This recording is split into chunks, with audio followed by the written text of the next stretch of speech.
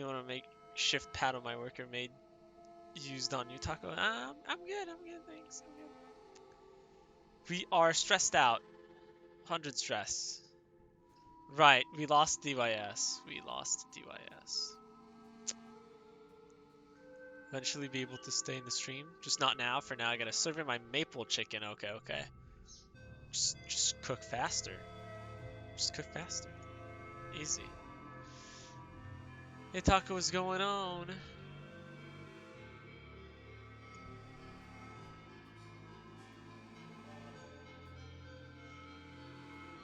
Hey, Mars. How's the best name, though? Yeah, of course. Of course, of course.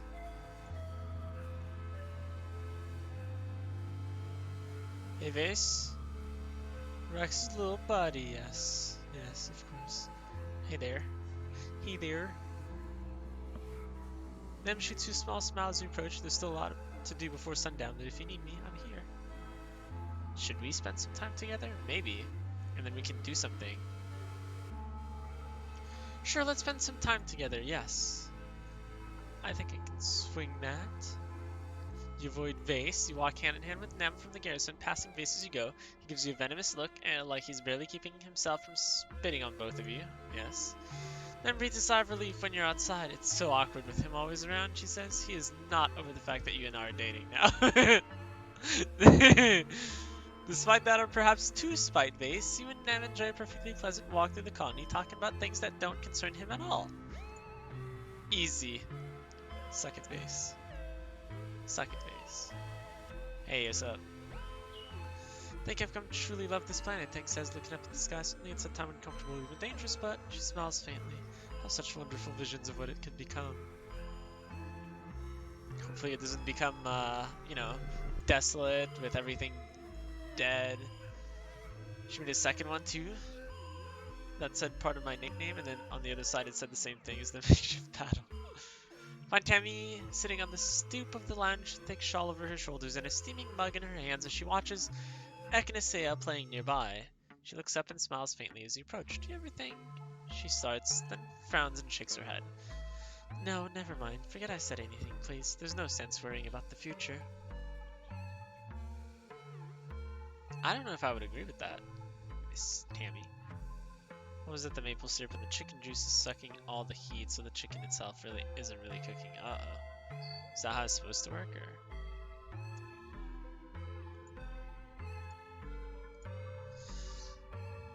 Do you want to play Laser Fable? Yes, yes.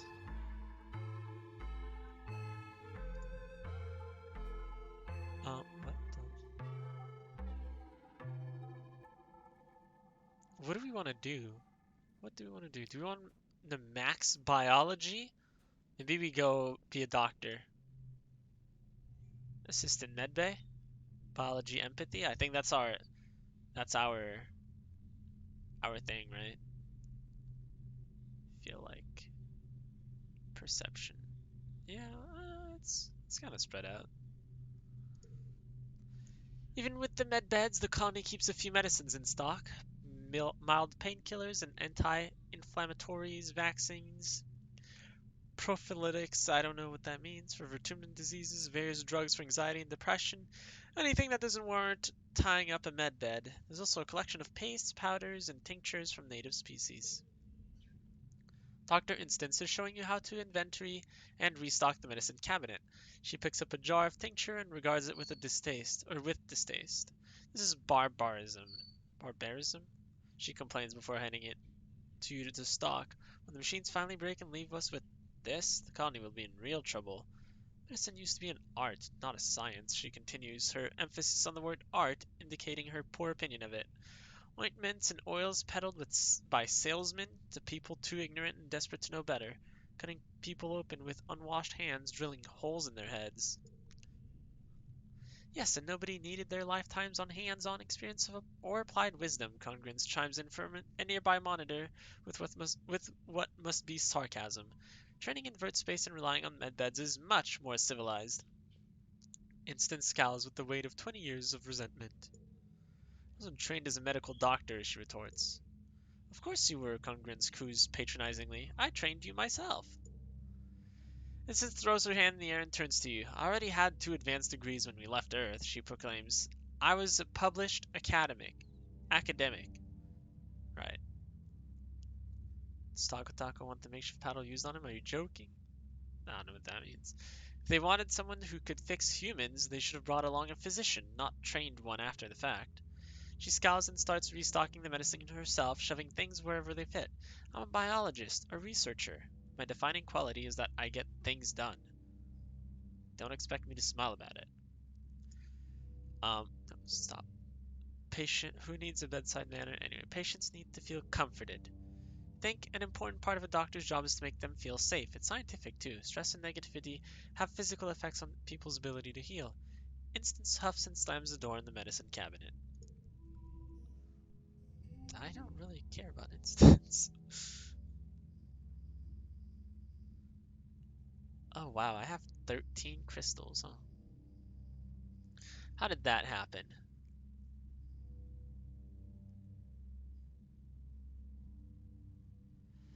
Um, let's see. Should I reroll this? We'll reroll if we can't finish it, I guess.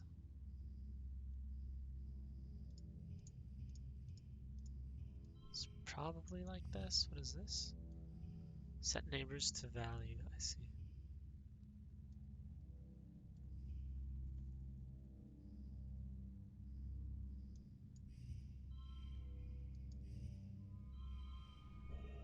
Nice.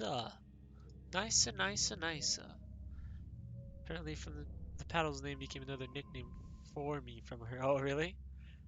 Biology empathy. Yes, nice. The investigation into the bombing during the Glow attack continues all month. Governor Lum and his goons can't find a way to pin it on any of the Stratos, and over time people come to accept that DOS is probably the culprit. The rumor doesn't make anyone feel better, but it does take the heat off of others, including yourself. As usual for this time of year, your dreams have been more vibrant and invasive. You have trouble distinguishing dream from reality during the day, and you dread falling asleep at night. How did that Hopeye get into your bedroom?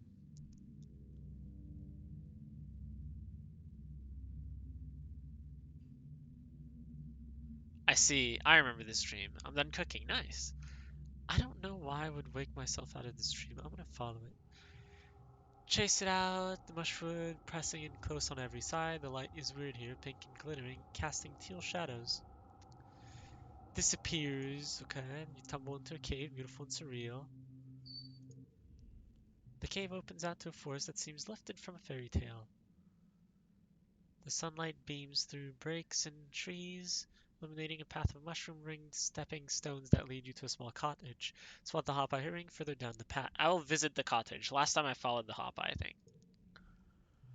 Device is here. It's his home, you think. He's hunched over a woodworking bench and looks up as if you'd call his name. You realize with alarm that he's working on himself, as if he's part tree. He waves at you with a hand that ends in small blossoming branches as, unsettled, you hurry onwards through a door at the rear of the cabin. Too late. You realize the door opens into empty air and you tumble. You land hard on solid ground, your breath whooshing from you. It's not here, impossible. It's hot here, impossibly hot. Yes, and then tangent is here, right?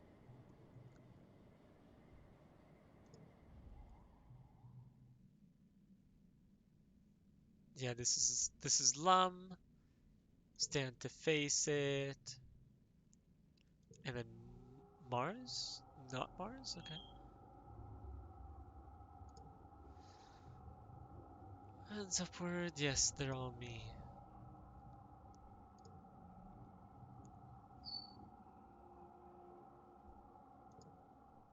You wake up. Insomnia. And light. Mastering a skill, I see. It's her birthday, you're 19 years old. Nice. Okay, so I guess I should wake myself up from it. Hello. Enhance your DNA in engineering? What? What does that mean? Tinker with your DNA.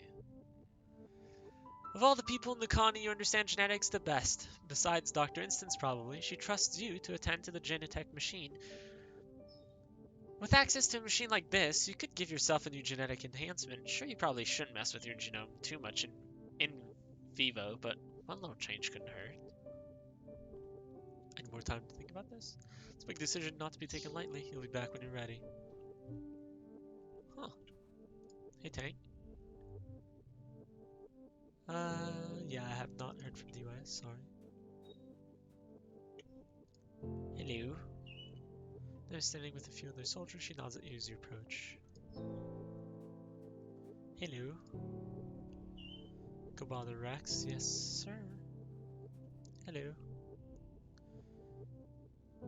Unwind with me. Yes, yes, yes, yes. Never really fit in anywhere before, but sometimes I think I just want the chance, you know? Aw. Aw. Hello, it's my birthday. Thank you. Share it with Tammy.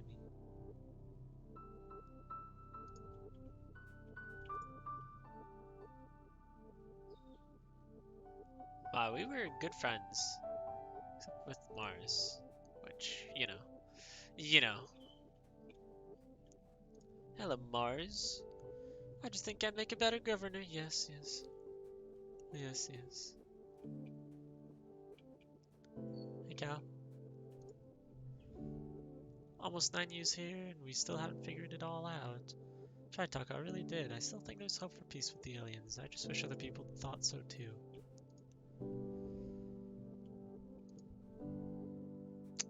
Should we try it? I'll try it. Flip it. You know what? Flip it. We'll try it.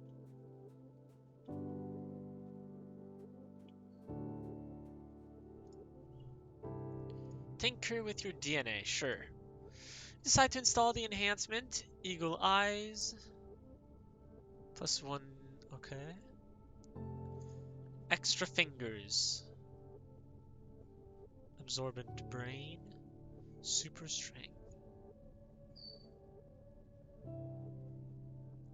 Isn't super strength so good? What?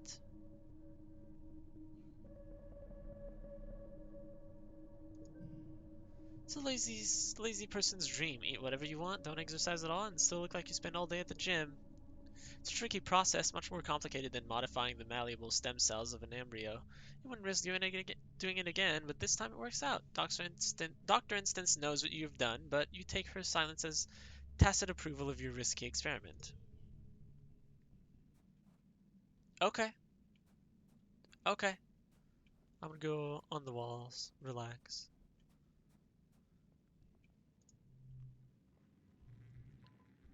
Is it the gym? Oh, right. Meh, meh. Relax on the walls.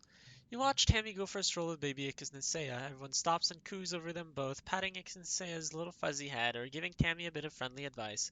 It's hard to believe she's so grown up now. You're up here on the wall, shirking your responsibilities. I mean, I have to relax at some point. Did Taco Taco like the article from the Honkai Star Archives? It was pretty good. It was pretty good.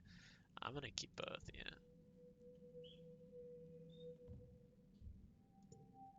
5 and a 6, kind of unfortunate, really. Alright, let me see. Let me see. Oh, wait. Go talk to everyone. Go talk to everyone. Hello. I don't even know why I bother with you. You know, you like the Rickroll in it? It's pretty good, to be honest.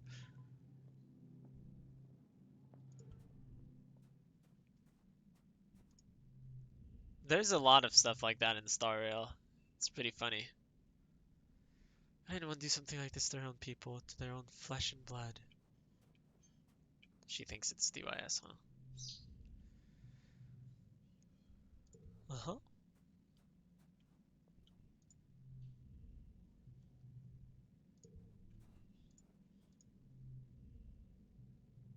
Couldn't be me. Yes.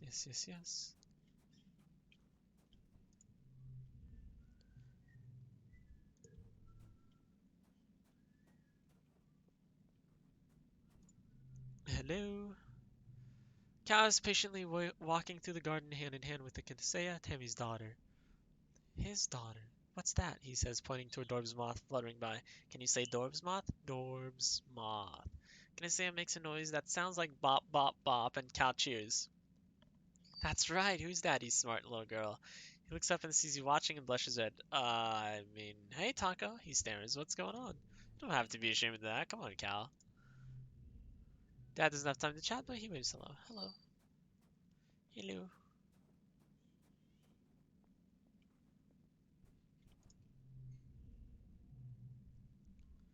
Survey the ridge.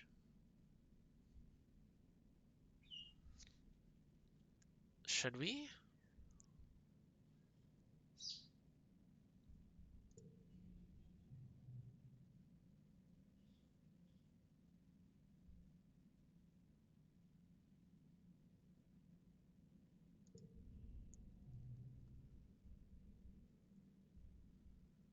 Where's the valley?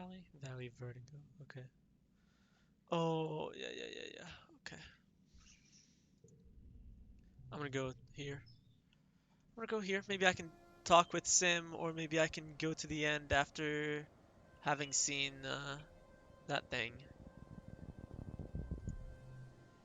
Sun goes behind a cloud and you feel, then you realize you don't see a single cloud. Yes, just run. Yes. Yes, I'm getting pretty used to this. I know what's happening here.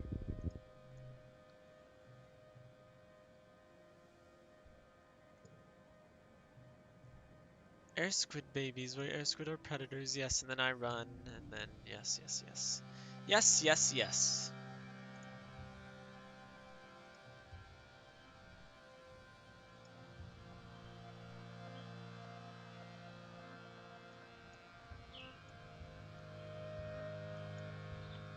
I think I'd rather just use this one so that I can use a yellow if I want to.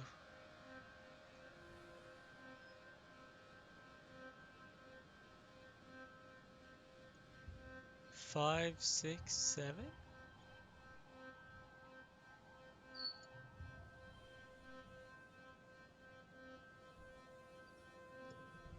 And 14. Oh wow, I didn't even get another blue.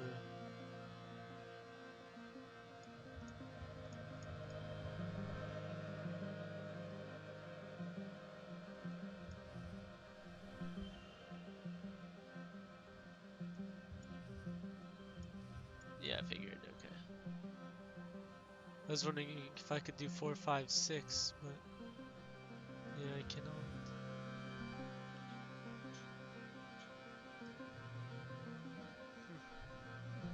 Missed out on a bit, but oh well. Air squid adults are solitary hunters, but their juveniles form large groups and move together fluidly like schools of fish. Once they're a safe distance away, you take some notes on their social behavior. The oddest thing is how many there were. Hundreds of the things, but mature air squids are very rare creatures, more often heard than seen. It must be a tough life if so few of them reach adulthood. Okay, no special event up there. Fully grown lily pillars. Oh yes, okay. I'm gonna climb on its back. +1 animals. Climb down the other side. Hello. Topia sent a team. Taco, yes. This is what we've got so far. We've seen this. We've seen this. On the crystals, yes. Help them work, yes. Not revealing Mr. Sims' secrets now. You're getting thirsty. DYS isn't here. Search for water. Card becomes red.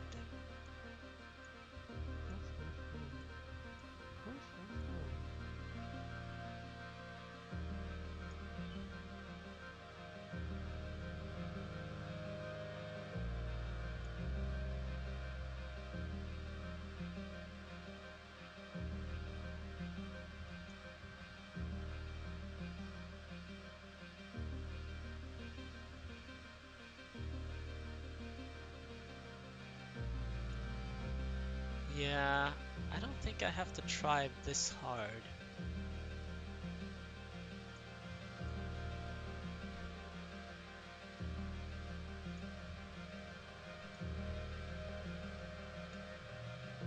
Yeah, it really does not matter much. -10 stress. Easy.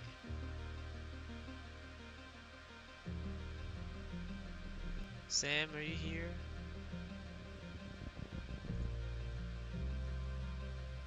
Buffeted by hot wind. Sure, we'll find the source, yes. +1 engineering, okay. Mr. Sim. Sim materializes out of the forest before you. Taco, he says gravely, forgive my directness, but you must come with me now. He places his hand on your shoulder. Please trust me when I say I have done my best to argue on behalf of your kind. I hope only for the continued survival of humanity. Ominous. Oh boy, here we go. Taco stream visage this Halloween. Doesn't matter what Taco says. Oh well. Oh wow. He crouches down to slide into a hidden opening under the roots of a tree. You follow, feeling strangely as if you're crawling into the belly of some animal. You emerge into a cave filled with the hum of strange machinery. A bank of ancient-looking control panels and a crystal tank of glowing liquid seem almost to have grown out of the natural rock. Mineral deposits from moisture trickling down the walls reclaim some of them. Sim leads you to a console. Visage is the perfect game for Taco. Oh yeah, surely. Surely. This is the array, he says, pressing what seem to be buttons. As I've explained, this body I wear is only a vessel. My consciousness, the person who I am, is stored in the array. I return to it regularly, storing my body in the regeneration tank while I back up what I've learned that day into the array. Physical forms are prone to injury and death, Sim says quietly. It is temporary but highly unpleasant. Therefore, the Overseer prefers to remain in the array. Sim directs you to two weirdly fungal growths. Please take hold of these interface handles. You cautiously touch the handles and say, um,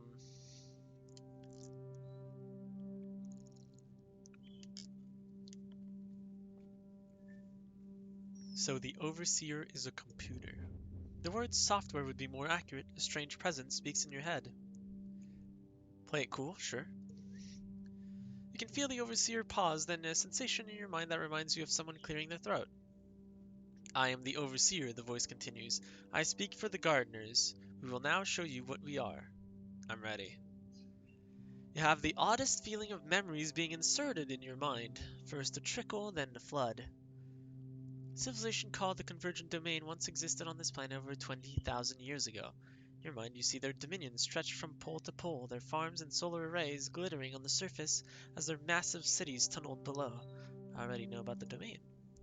We are aware of that, the Overseer replies, its voice dry in your mind. We know most everything that happens on this planet. The Convergent Domain created the Gardeners as their ecological control system. A vast network of artificial intelligence is stored deep underground in the digital array. Self-propagating control towers and cloning stations were seeded, allowing a gardener program to take biological form, downloading a copy of its consciousness into a host body created to suit the task at hand. Think of Sim, his body created to suit the task of befriending you? Oh, really? Was that his play? What the? I looked at the emote and I was like, wait, I thought it was a little more colorful than that. Yeah, it's black and white. Under the direction of the Convergent Domain, the gardeners control the weather, the acidity of the soil, the cultivated species in their farms, and the rapidly shrinking wild areas of the planet. The Overseer doesn't quite sigh, but you get the impression it would. Over time, the domain nearly destroyed this planet. They didn't respect nature? Correct, the Overseer responds. They saw the natural world as an unending buffet of resources. The exhaust from their factories blanketed the planet, choking out sunlight and oxygen. They consumed too much, destroyed the planet's ecosystem, then fought bitterly over the remaining resources. The last directive the gardeners were given by the domain was to repair the planet's destroyed ecosystem, the Overseer says solemnly. The gardeners tried, but it was too late. When the crops failed and atmosphere became too thick for sunlight to pierce, the Convergent Domain perished by the billions. The last survivors took to the sky in colony ships and never returned. Should Taco watch a certain video on YouTube? Very doubtful. Thank you, 8-Ball. Thank you. Or Streamlabs, whatever your name is. Try to imagine a tragedy on this scale, but it's just too enormous, too abstract to warp your head around. The Overseer continues relentlessly, new thoughts flooding into your mind. Over the millennia, the gardeners took their task seriously. It takes little effort to render a planet inhospitable, but significant dedication to restore it. Under the guidance of the gardeners and the final directive of the convergent domain, nature at last reclaimed the barren planet. The garden existed in perfect balance. And now, your species has invaded it. We had nowhere else to go. Your kind had the option to stay where they were, the Overseer replies, the tone of its thoughts darkening. Do you think we have empathy for the convergent domain who fled on colony ships? The ones who selfishly refused to give their bodies back to the planet they destroyed with their pride? You chose to come here, the Overseer continues, and you continue to stay here. You could instead choose to die. You shudder involuntarily. Oh, wow, I guess so. Some Vertumnan species have a technique of future sight which the gardeners harness to catch glimpses into the web of timelines. We see that you possess this technique too, alone in your kind. We have foreseen that humans pose a great danger to this planet. You are a monoculture, an invasive species. You throw out hard-won balance in disarray. You throw our hard-won balance, yes. Since arriving, you have shown nothing but a willingness to consume the planet's resources and replace them with more humans. We didn't even know you were here. You tell the Overseer that your parents didn't know. They told you long-range scans said the planet was unpopulated. You get the impression the Overseer is scoffing at you. Is this an argument in your favor that you would feel that you feel guiltless in destroying Vertumna's natural habitat if there were no sentient species to claim ownership of it? I guess that's a fair point. The gardeners do not own the planet, the Overseer tells you. We are the planet. Most gardeners would prefer to stamp you humans out like encroaching weeds, the Overseer says without malice. Indeed, we have tried using ecologically compliant organic methods. We're impressed at your tenacity to withstand these eradication procedures. The yearly attacks, the famine, the pollen, not random natural occurrences at all, but gardeners' tactics to encourage the eradication, there you go, of pests. But symbiosis speaks in defense of your kind, the Overseer continues, and took effort to convince us that you were sentient and capable of communication. You present us with a quandary. You come from the stars, refugees of a catastrophe of your own design, one that you are intent to recreate here on the planet which still bears the scars of the last time it was used carelessly. So we ask, what are we to do with you? Screw you, we'll do what we want. Your right to destroy us. Humans can change. Help us. I'm just a kid, I can't answer this. Humans can change. I would think this one. So we teach your kind to be stewards of nature, the Overseer replies. Perhaps your children take up the mantle as well, and their children. But soon you are dead, as are your children's children. Generation pass, no one alive remembers the time the gardeners came to the humans and taught them the proper ways to live. Now there are too many of you to teach, and your behavior too entrenched. What then? Genocide? You have no answer. There is no good answer to this.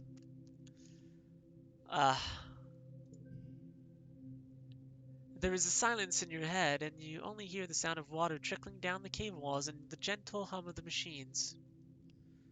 Meeting the Overseer. Jesus, 12?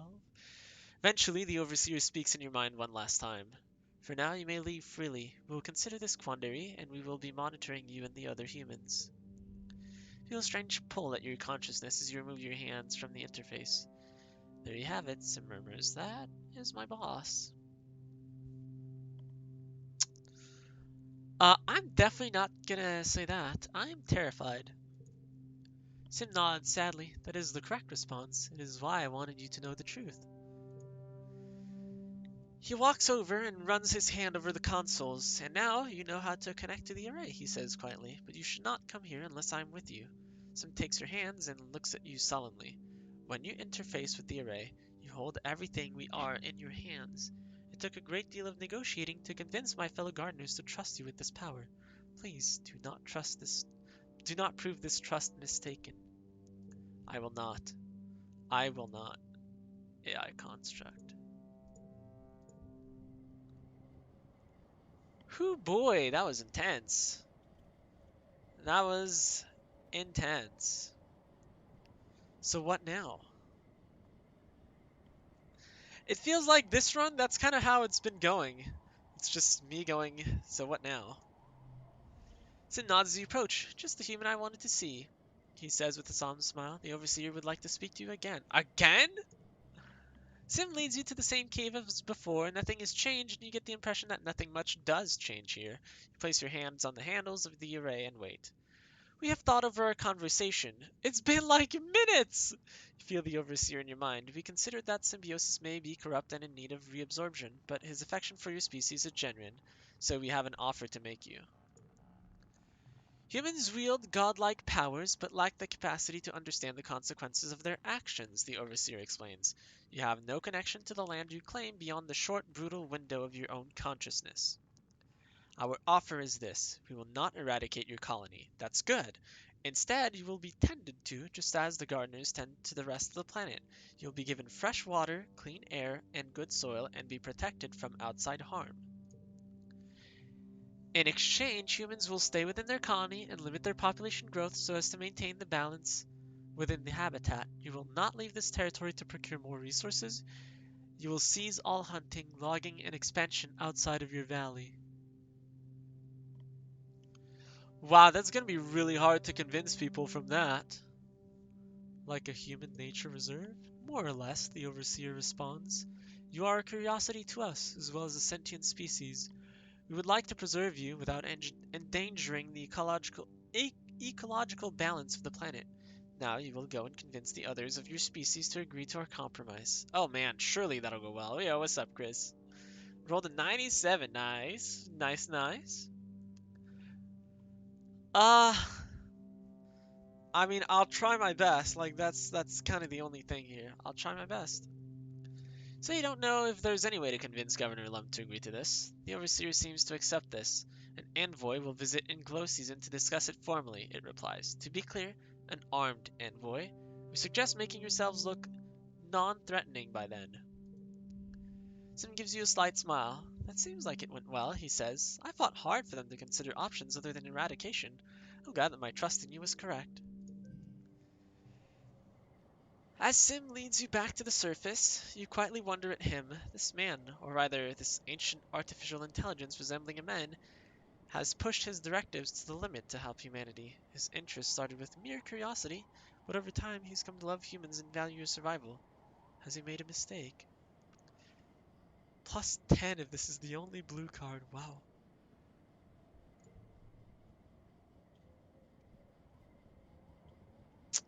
I hope not. I certainly hope not. But I can't help but feel like there's no way anyone is gonna agree with that. Ooh boy, you come across particularly flat fields, glimmer, yes. Carefully walk around the edges, yes.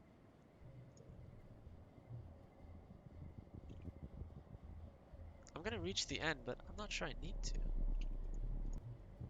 Right? Because I can't go there on my own. I have to go there with Sim.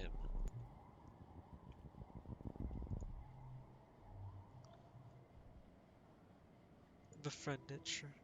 Perception challenge? Oh my goodness. I am going to do this, I think. I'm gonna keep the red cards. Okay, I can't keep the red cards anymore. Um, let's see. If I do this,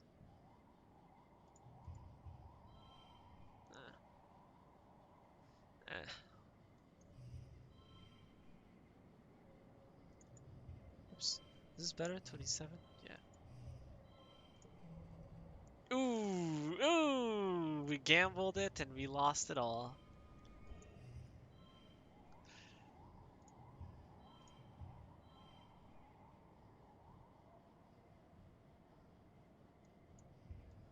Yeah, okay.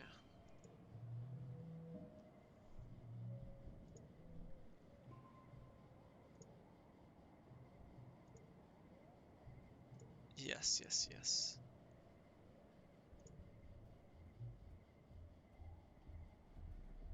I hear the thumper. The thumper.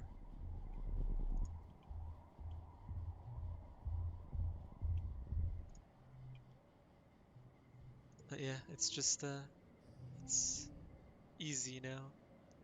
It's easy peasy. Two. I mean, it really doesn't matter, does it? I'm just gonna use my best ones then. 7 and 5, sure. Doesn't matter the order. I'm gonna use this one, I think.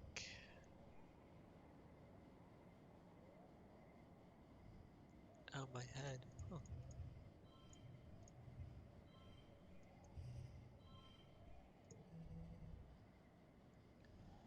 Oh my. Oh my, oh my, oh my, oh my. Boom, boom, boom, boom. So I'm assuming this is better, like this.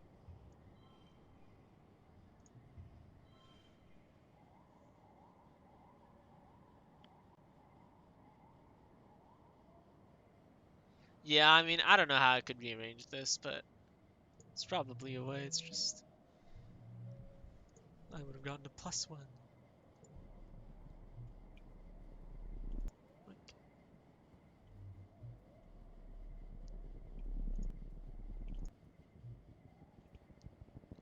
ooh, an event. See smoke on the horizon. Concerned it could be a start of a wildfire, you trek over to check it out. When you get to the origin of the smoke, you find something unexpected. Ah! I knew it! I knew it! The Elias looks up at you from his campfire where he's roasting a small creature on a spit. Hasn't been that long since you last saw him, but he looks more rugged. Rugged? Rugged? Somehow, completely at ease. He's made a small but tidy camp here. He must have brought a lot of this with him when he ran away. I knew it. I knew it I could find him. He stares at you in silence for a few seconds, as if gauging your intentions before he rises to his feet. Hello, Taco, he says wearily. What do you want? Are you okay? Sure, sure, he replies with a slight smile. I know how to live off the land. Ah, Taco's here, you hear from behind you, and you turn to find Sim watching you from the cover of the forest. He steps into the glow of the campfire, tall and ethereal in his tattered human clothing. Sim lays his hand on DYS's shoulder, and DYS covers it with his own. You can tell him the truth, my beloved, Sim says. What's done is done. Oh, oh, I see. Wait, you and Sim? What's going on? DYS looks over his shoulder at Sim, then back at you. There's a challenge in his eyes. Yeah, he says, me and Sim. You understand what it's like to be different than everyone else. I'm happy for you. Thank you, DOS replies. He looks relieved, and you can see how happy he is. You can see how happy he is start to shine through his usually grim expression. But I guess I do owe you an explanation. Yes, please. DOS takes a deep breath. I'm going to be a gardener, he says without preamble. The same way they can download copies of their brains into physical bodies, they can do it in reverse. They're going to make me part of the array. Being around Sim makes me realize that what I've been missing, he continues. You know the old Earth fairy tales about changelings, right? Like, I never fit in with the colony, and eventually I realized I never really fit in with being a human either. Not being afraid of death and pain like everyone else, like every other living thing. It changed who I am, what I am. Okay. Ooh, no, the gamble, Chris. I should tell you, this wasn't my idea, Sim adds. Not this, nor the bombing. Oh, you were the one that bombed it? I'm truly sorry for what DYS was made to do to our colony, and the tragedy that followed. It should never have been allowed. Nobody made me do it, DYS insists. Noctilucent and the other gardeners made me a deal. Blow up the colony during the next attack, and they would let me become a gardener, like them. I thought it was fair. He smiles at Sim, and I get to be with Sim. Forever. Not sorry I did it, DYS continues, turning away. If you came here to bring me back, forget it. Like Sim said, what's done is done. I'm not going back. My future is with the gardeners, he says. They need me. They want me. I can bring them a human perspective, you know? For all humans suck, we're pretty good at finding new ways of doing things. I can teach them how to change things to make them better. With that, DYS returns to the campfire. Sim nods at you, then joins DYS. I will talk to DYS first. I'm a lot more curious about his story. You're here to yell at me, Dues says. Drag me home and put me on trial. You can't change what I did. He stares into the fire. Humanity is doomed here. I only made the end come a little quicker. Isn't it better this way? Why are you even bothering to talk to me? Um, because I'm going to miss you. I don't know why, Dues mumbles, poking the fire with a stick. It's not like we're friends. Sim clears his throat. Well, technically, he says, DOS will become a part of the planet itself, as I am. You are a part of the ecosystem, and therefore, everything you are will be within DYS's domain. He smiles, and when your physical form fails to return all that you took from the planet, you'll be together forever. How reassuring, how reassuring. Ooh, Rip the Gamble Captain. Hi, Ranker, what's up? There's only one problem, Sim says. The process hasn't been done in thousands of years. We're going to need some raw materials to repair the interface. Are you kidding me? Device says. I've done everything you guys have asked me to do, and now I've got to do more? Sim looks apologetic. Well, it is better I tell you this now rather than having you find out mid-upload, when your body has already been processed into a liquefied slurry of proteins and waste matter, correct? US makes a face and Sim continues. It is metamorphosis, my love. It's not pretty. Regardless, we will need 3 convergent domain power sources and 3 crystal clutters, only then can the process begins. I already got them. Sim looks surprised. Oh, well, isn't that convenient? And you just carry them around on your person? Yeah. Yeah. You know, then Sim raises his eyebrows but doesn't comment further. Then I can take you right now. This way, please. Follow Sim. That's the wrong color, isn't it? It should be yellow. You, DYS, and Sim strike camp and head off into the brush, Sim in the lead. You walk for about a half hour, until Sim slips between the roots of some great tree and leads you down into one of the gardener's subterranean hideouts. It looks much the same as the overseer's cave, complete with glowing vat of mystery goo. DYS looks surprised by the dank, drippy environs. Sim only smiles. What did you expect? He says. Gleaming, sterile surfaces, blinding lights, terrifying medical equipments. He gestures to the pool of faintly bioluminescing liquid. We are an all-organic operation, I'm afraid. Shall we begin? Wait, me? It's DYS, right? It's not me, right? Right? I'm assuming this is for DYS. DYS steps forward. I'm ready. He says, what do I do? Okay, yeah, there we go. Sim gestures to the pool. Simply submerge yourself in the gel and breathe normally. It is biocompatible with your respiratory system. Disrobing is not necessary. Your clothing will be liquefied along with your physical form. DY steps forward, but Sim stops him with a hand on his chest. My love, I beg you to give this full consideration before you pass the point of no return. Once you lie down in that pool, your life as an organic being will be over. There is no rush. I am eternal, as is our love, no matter the form you inhabit. The US places his hand on top of Sim's. I'm ready, he answers softly. I don't want to wait. Don't worry, Sim says. The process only takes approximately 3 weeks. He'll be back before you know it. Sim smiles and tilts his head. Though you might not recognize him at first, he continues. His body will be liquefied and his DNA will be merged with ancient convergent domain DNA, a simulacrum of which will be encoded into the array in order to translate his brain patterns. His consciousness will be run through simulations of tens of thousands of communal memories, and his organic material recycled. He waves his hand. In truth, the process is complicated and physically, he shudders, repulsive to watch. Thankfully, he will sleep through it. Well, not sleep exactly, more of a. Well, the point is, you'll see him again, just not in this form. Goodbye, DYS. Goodbye. DYS looks at the glowing vat, then looks over his shoulder to regard with you with his own human eyes one last time. Well, thanks for everything, I guess, he says. I'm not gonna miss the shiz. Wow, he's pretty cold. He descends into the vat without hesitation. You watch his image refract through the glowing goo, his determined expression faltering for a moment as it fills his lungs. His last breath bubbles up to slowly pop on the surface of the pool. A peaceful look descends upon him, and he mouths something you cannot decipher as his eyes slide shut. So what now? Oh, nothing, Sim replies, staring into the pool with a pleasant expression. The only thing, I guess, we can do is wait for the interface to do its job. He turns to you with a smile.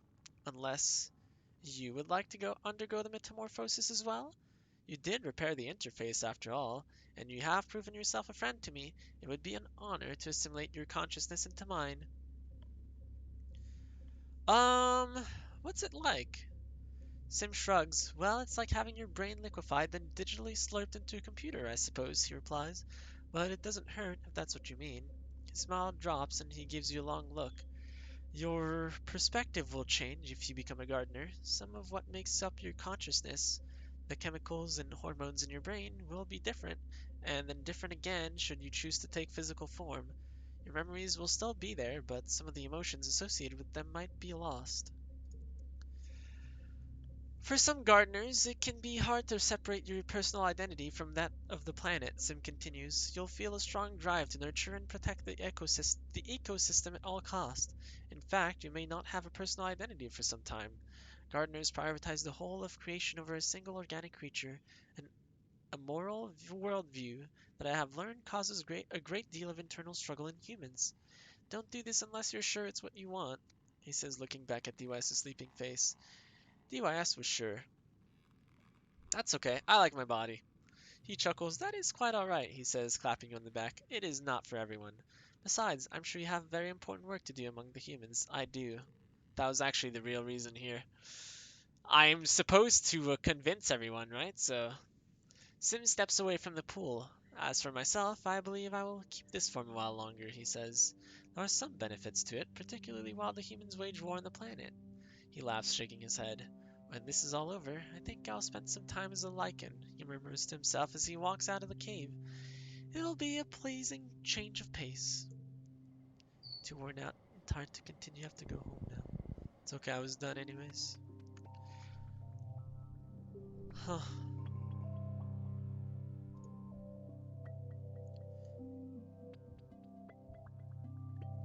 So, what now? I know I say this a lot, but what now? Shop, gadgets, new cards, the depot. Okay. Huh. Hey, what's up? Does someone need me? Nope. Nope, nope, nope. Uh-huh.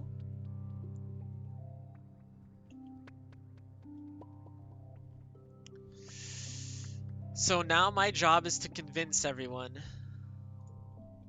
But yeah, it is kind of sad that DYS was the traitor all along. Count Hammer taking a break in the garden, watching Echinacea play nearby as Cal shovels down his lunch. He drops the spoon and leans back, patting his stomach with a lusty sigh. What the? Hi! Welcome! Thank you for the raid. What's up? Jeez, that freaking startled me. Hi! What's up? How's it going?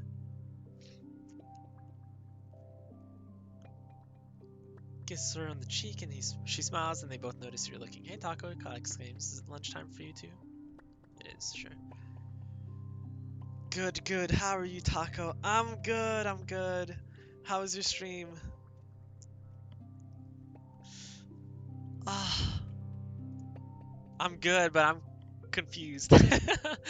Ah, this game is... This game overloads my brain. Yeah, I don't know what to do anymore.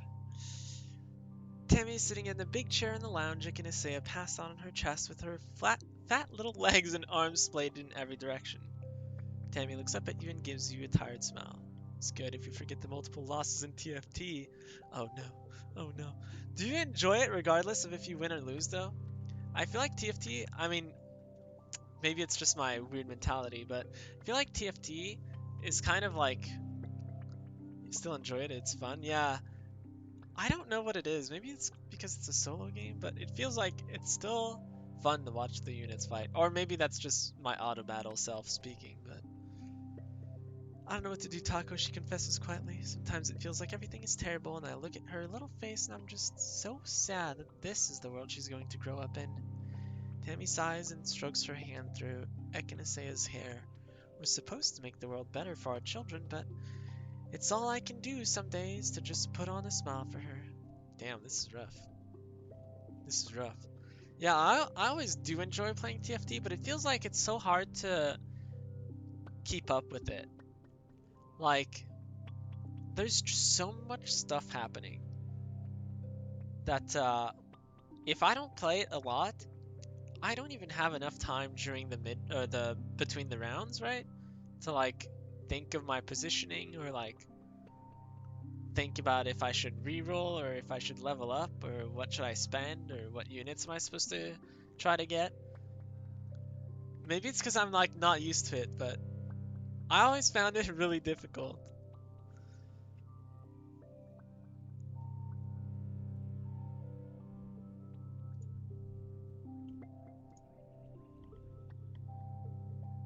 Yes, yes, yes, yes, yes, yes, yes. Everyone always says the same thing, I think.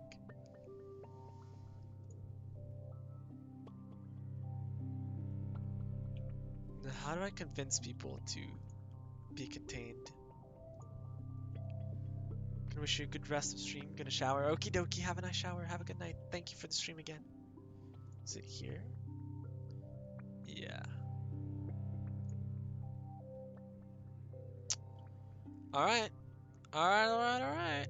Alright, alright, alright. I'm gonna rest up. Actually, I should probably rest in the geoponics. And then sleep. Sleep. Have a good night then.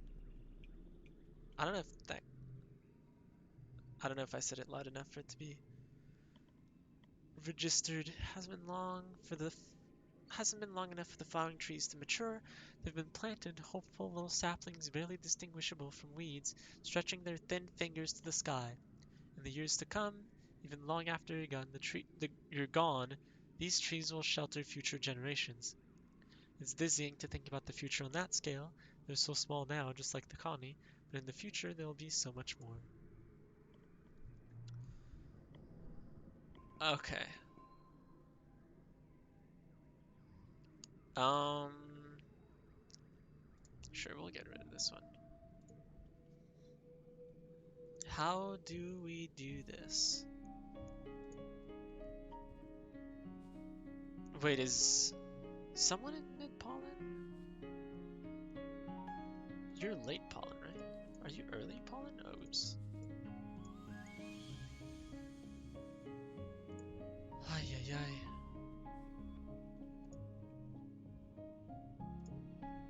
I'm gonna try and check if I can convince other people first.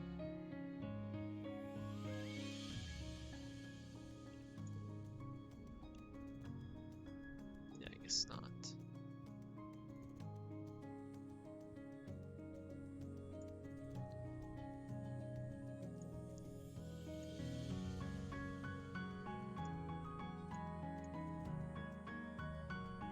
Nope. I guess it's only Governor Lum then. Ooh boy, surely this will go great.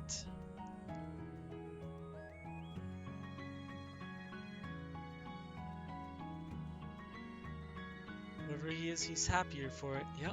Yeah, yeah, yeah.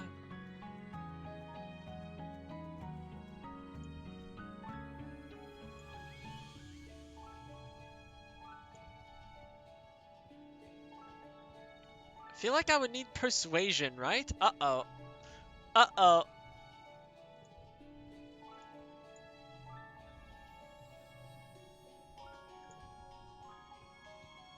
Does he just outright kill me? He might.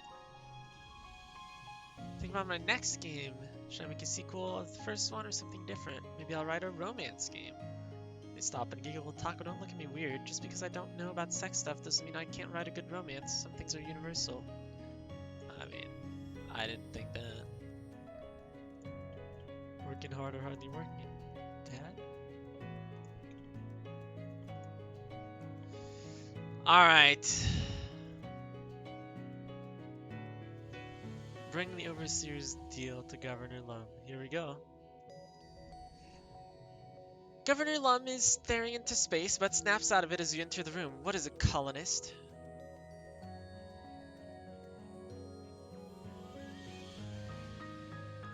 Okay, start by telling him about Sim, sure.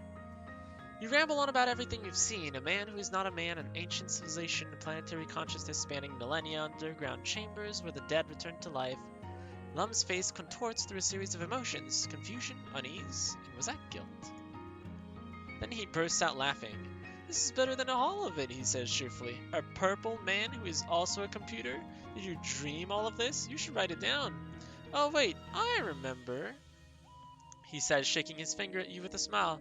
You were dropped on your head when you were a baby, right? You're a little... He taps his head. Touched?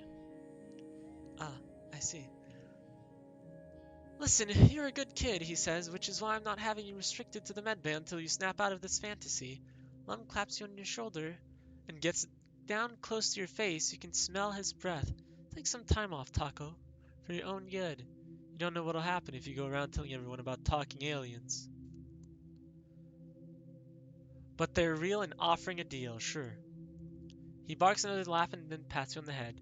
Deal making is for grown-ups, Taco. Let your governor worry about that stuff.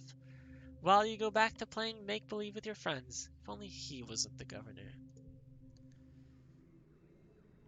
So how...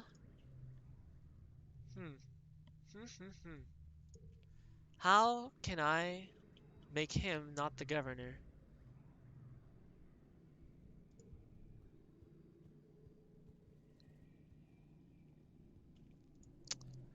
Ay, ay, ay.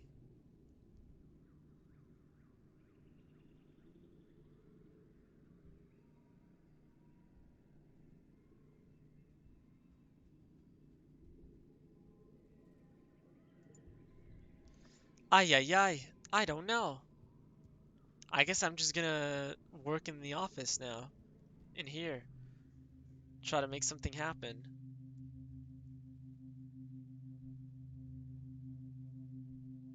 Yeah, I guess here. You're working with Mars when the depot order comes through on your holopalm for 10 batteries for the creche. You're busy packaging up another order, so you send it over to her holopalm. Despite her constant complaining about how boring and beneath her this job is, Mars is very good at it. She finds ways to do things faster and more efficiently, and she hardly ever makes mistakes. Which is why you're surprised when you get the order from the nanoprinter and find 15 batteries. You check the requisition again.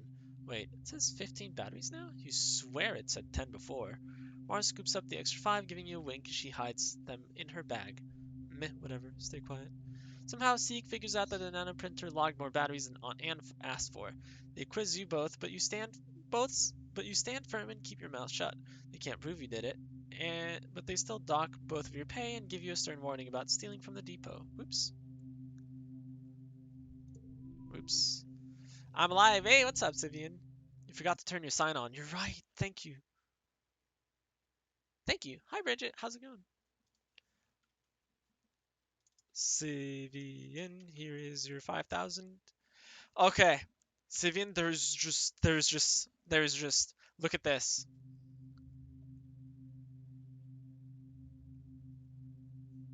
We're in trouble. We're in trouble. So, first of all, that's not ominous. Yeah, no, not at all. It was great. It was amazing. An amazing experience. So,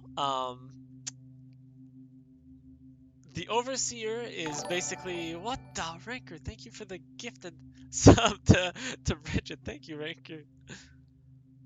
Um, what? Yes, yeah. So we went to explore again, and then found Sim, and then Sim was like, "Hey, I need you to come with me. This is important." And then we went to meet the Overseer, which is Sim's boss, and then he told us that there was the Great Convergence, I think it was called, where like some people were living on this planet and then exploited the resources too much, and then basically ruined the planet and then left the gardeners behind because they were supposed to restore the planet, which took great effort, and then they finally managed to do it, and then we landed, and then we're screwing it all up. So they're like, tell us a good reason why you're not, why we shouldn't eradicate you. And I'm like, oh God. uh, we can change, is what I said. Teach us and we can change, or something like this. And so their plan is to make a human reserve, and then we're gonna be like brought water and food, but then we're not allowed to go anywhere else, and we're not allowed to overpopulate it. To be fair, yeah, I know. Yeah, I know. And so I could either disagree or agree, and then I agreed because disagreeing meant eradicating us. And so they told me that next glow, they're gonna come to the colony to discuss the terms of the deal. And we are to not look scary because they will be armed. The zoo life isn't the worst life. Yeah, yeah. And so, I had to convince the governor of that.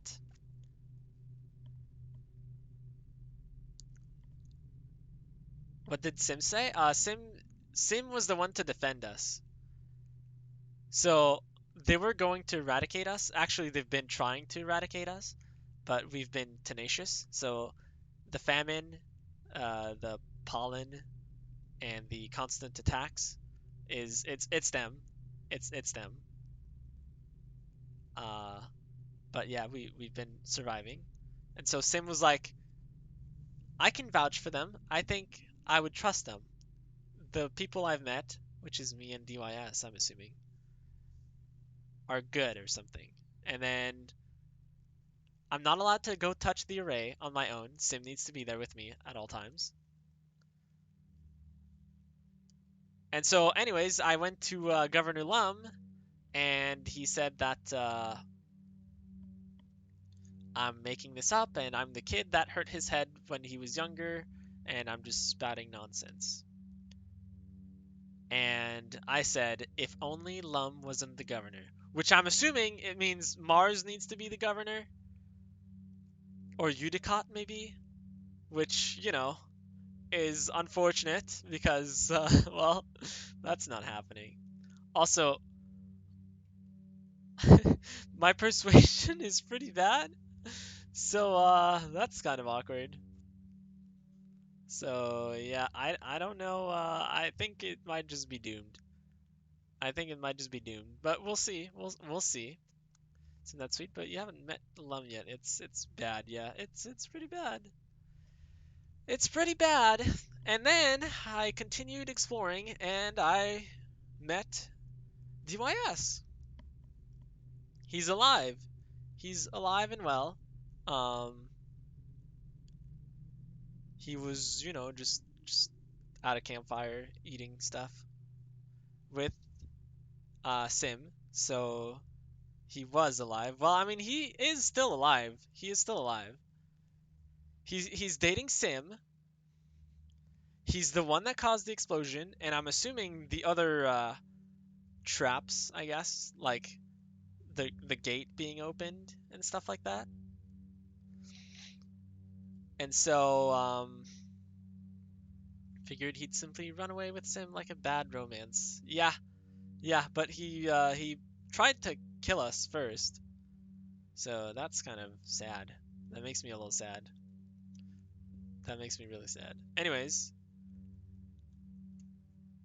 he decided he wanted to become a gardener like Sim, and so he needed the materials for it, and I had them, so I gave them it, and he jumped into the pool and is going to be disintegrated and reformed in like a couple weeks, which might be now. I don't know when that is, but yeah, yeah. So so ran away to join the gardeners. Yeah, yeah. That's that. Hope he's a bad gardener just so I can laugh at him from spite. Yeah, that's kind of unfortunate. I didn't. I really believed DYS wasn't the traitor and it was someone else, but no, it's DYS.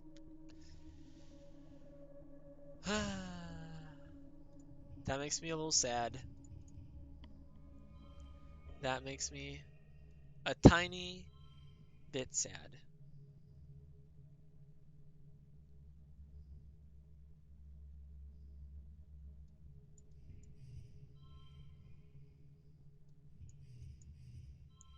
$56 is better. Oh, it's the same. Cool. Yeah, yeah, that's that. That's that.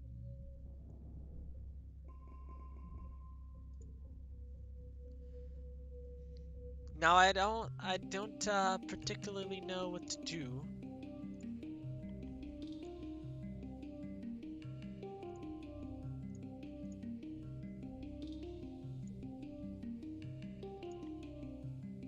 Yeah, I can't go back to Lum.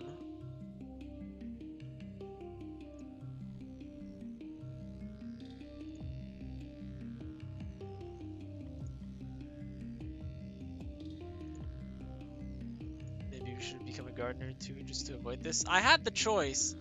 I had the choice.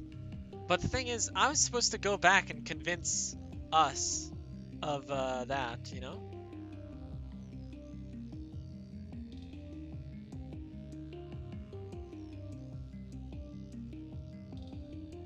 Oh man, that's kind of scary. We have done all we can. That's really scary. Don't say that.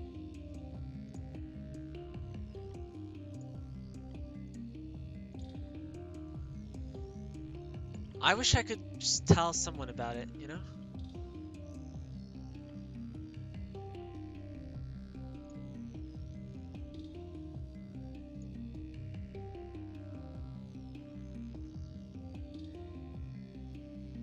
But yeah, that's not a thing. And I keep looking here, but it doesn't say that anything respawned.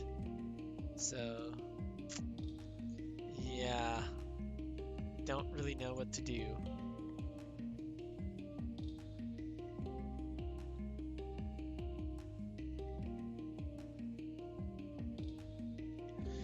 Talk to Sim probably, but beyond that, we got no one to talk to. Yeah, I feel like we should try it. Yeah, you're right.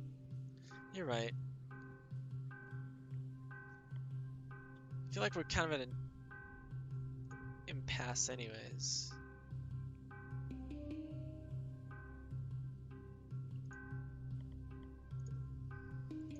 Gotta buy the cake. Wow, there's a lot of stuff to buy. Vintage focus device. Yeah, true. All blue cards become wild. Wait, that thing is OP. Plus 30 engineering. First collectible use is free. What?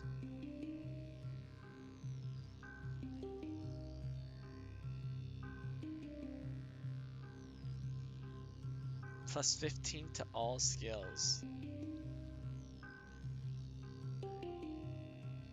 Wow. Wow. Sim's actually our only ally now. Yeah. Yeah, he is. Oh, yeah, it's Tammy's birthday. Hey, Tammy, happy birthday.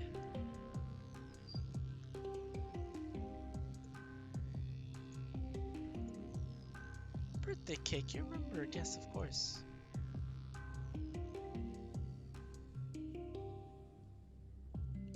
Yeah, DY said that we weren't friends, which makes me a little sad. Can't help but feel like we went through a lot together, but oh well. Oh well. Alright, let's see if we can find Sim or maybe DYS, who knows?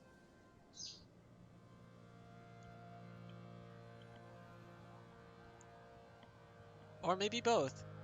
Both would be pretty nice. I got started there, but oh, hello? You're trekking through the wilderness when you hear voices. No, wait, one voice? Sim? Sim looks down at you from the gnarled bough of a great tree. Taco, he calls out, and slips gracefully down to the ground to stand beside you.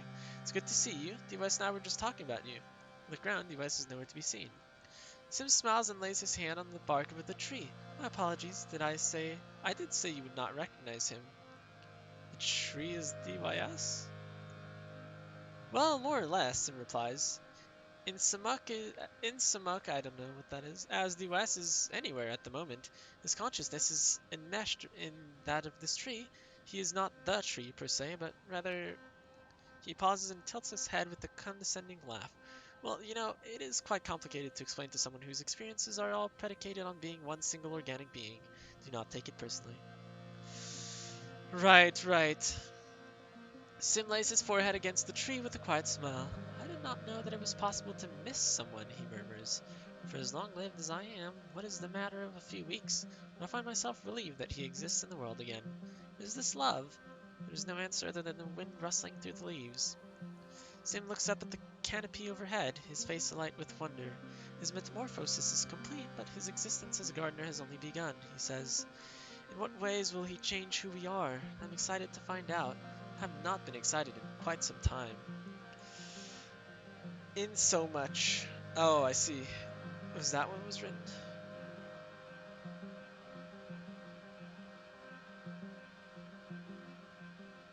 In so much. Oh, I see.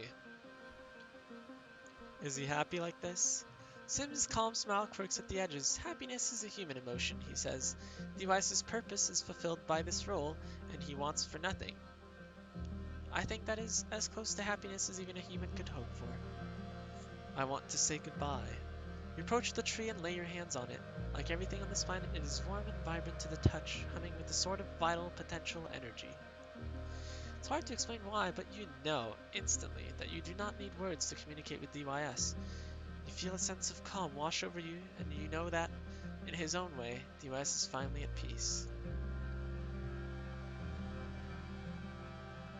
Well, there it was. There it was. We found DYS, for better or worse.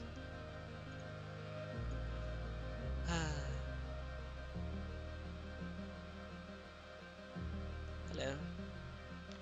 Trekking through the wilderness when something catches your eye. To anyone else, it'd simply be a weird depression between two roots, but it pings something in your memory. Isn't this what the entrance to the Overseer's Cave looked like? You decide to check it out. Your hunch is correct. The depression opens up into a passageway just big enough to wiggle your body through, then widens even more to reveal a familiar door. You quietly push it open. Can't believe he's a tree now. Yep. That was his choice, I guess. The room you enter is not unlike the one where you interface with the array. There is a vat in the corner emitting a soft organic glow and another computer panel slowly being reclaimed by the rock wall. It's not hard to assume the planet is lousy with rooms just like this one, where Sim and other gardeners can rest and respawn if needed. This one, however, is not empty.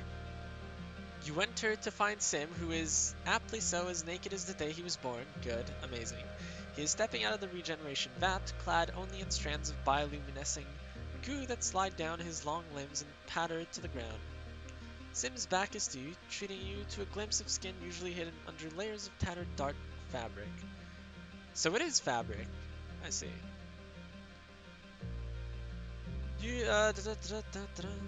The knobs on his spine and shoulder blades visible under his inhuman musculature.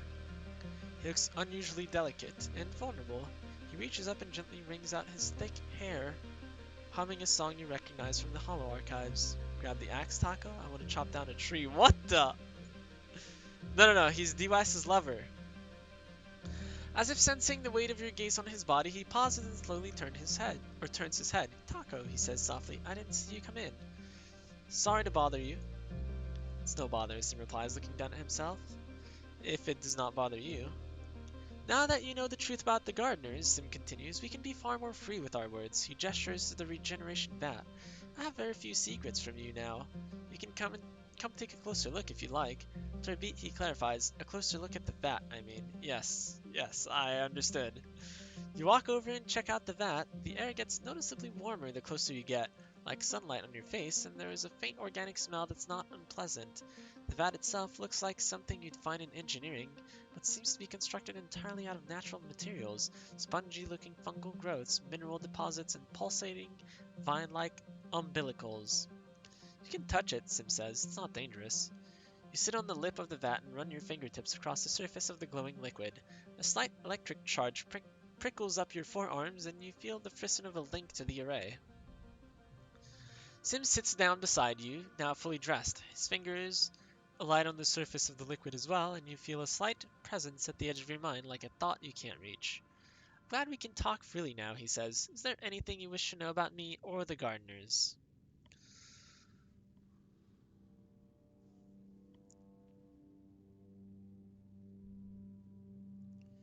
That is a lot of questions, yeah. I guess we're gonna go through all of them. I like this one the most, though. Yeah, I like this one the most, so I'm gonna ask it. If I knew the answer, I would tell you, Sim replies, placing his hand on top of yours. Pragmatically, I do agree with the other gardeners, he continues. Our purpose is to protect the biosphere of Vertumna, and humanity poses a threat to that, and by the letter of our own design, humanity must be eradicated. However, he sighs and looks away. I love humanity. I think you are all an incredible species, and it would be a shame to destroy you. I feel like doing so would be a violation of the spirit of the Convergent Domain's last decree. And perhaps, he murmurs, redeeming you will be the greatest act of love we could perform in the name of our imperfect creators. Okay, we're gonna ask all of them. Reborn isn't the right word, Sim answers. It's more like reopening a program after a system crash. Everything is still there, perfectly preserved, except for whatever I added since the last time I saved my work. Functionally, it feels more like teleportation. As for dying, Sim continues frowning a little as he considers the thought. Well, I'm certain that dying can be extremely painful. Depends on the death, I assume. He touches his chest. I have no memory of the moment of death, though I have died many, many times, he says. In that, we are the same. Sim sighs. Compared to the gardeners, humanity is short-sighted. You're often unable to conceptualize present or future beyond your own lives or those of your direct descendants. Gardeners think on a much larger scale. I once spent 400 years as a mush tree just to avoid talking to a gardener whose methods I disagreed with. He smiles. Juvenile, I know, but when your memory spans tens of thousands of years, 400 years is trivial. And it has given me a true appreciation for all life, one that goes deeper than I can describe. When I tell you that the gardeners are Vertumna, I mean it quite literally. Okay, sure. So then when we cut a mush tree, I see. I see. Sim is petty, got it, yeah. Yeah, this is why we can feel the mush trees being alive, huh?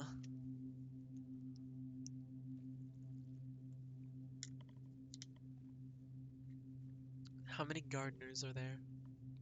Sim thinks for a few seconds. It's hard to say, he answers. There are theoretically an infinite number of instances of the um, software that comprises a gardener.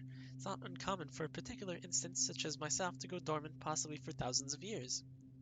He stretches out his fingers and looks at them, then at you. And many gardeners, such as the overseer, find they do not need to take physical form at all. There are only a handful like myself who do. How old are you? Over 5,000 or something? That question has many answers, Sim replies with a slight smile. This consciousness has ultimately been in existence for over 20,000 years, since the creation of the gardeners. But that means very little. I certainly don't have 20,000 years experience as a bipedal anthropomorphic organic capable of speech. And this body, he says, gesturing to himself, why, it is only minutes old. Yes, yeah, I did see that. Do you like being a gardener? Does the wind like being the wind? Sim answers. I'm sorry, but to be cryptic after I told you I would not, but there really is no other way to answer that question. I am what I was created to be, he continues. There's a beauty in that, and a clarity of purpose that makes me feel fulfilled. I do not experience existential angst like a human does. Thanks, that's enough. Sim nods. Please know that you can come to me at any time and I will do my best to answer, he says. However, I must apologize for something, Sim says abruptly. I simply must. May I touch you? At your questioning look, Sim blushes and turns his head away. This body is new, he murmurs, and All of its senses are heightened, I confess. I find myself unable to stop myself from wondering what it would be like to touch another. While I am vulnerable to sensation like this. Okay, does it say he's dating DYS? It doesn't. That's kind of weird. Yeah, it doesn't say either. Huh. Oh, okay. Touch me anywhere? No, I'm not picking that one. Sim looks delighted as he reaches out and pets your hair, running his fingers through the fine strands. Marvelous, he says. Truly, a texture I have not been able to replicate in my own bodies. He runs his thumb over your eyebrows, then your cheekbone. His fingers dance down the bridge of your nose, then lightly into the dip of your philtrum. I don't know what that is. Cross your lips to pause on your chin. Sim's gaze drops to your mouth as his own lips part with an unspoken question. Oh, I'm dating someone. Yep. Sim's eyes narrow in thought. Yes, that is of concern for certain humans, isn't it? He murmurs. I was not aware you felt the same. My apologies. He stands and takes a deep breath. I'd like to go outside, he announces. Have you ever swam in the lake nearby? It's incredible, especially when my senses are heightened. I love the feel of the sun and water on my skin. He smiles down at you. You're welcome to join me if you like. Did we just reject him? That kind of feels bad, but sorry. Sorry. We took that decision. Ah, it's a question mark. I was hoping for an exclamation mark.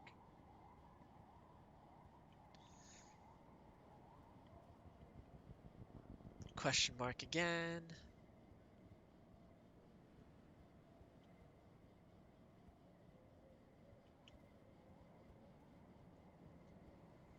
Think maybe we should do all the events here. Maybe get our engineering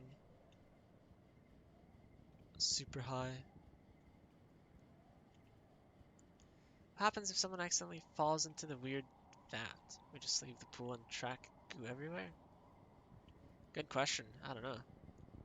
Yeah, I guess there's no more events here. No more, no more. But there was one. It didn't tell me though. How weird. Wait, stop. Investigate a weird squeaking noise, eventually following it to its source. Oh, bounce weasels? Yeah, sure. +1 stress. Oh no. Yes. +1 animals.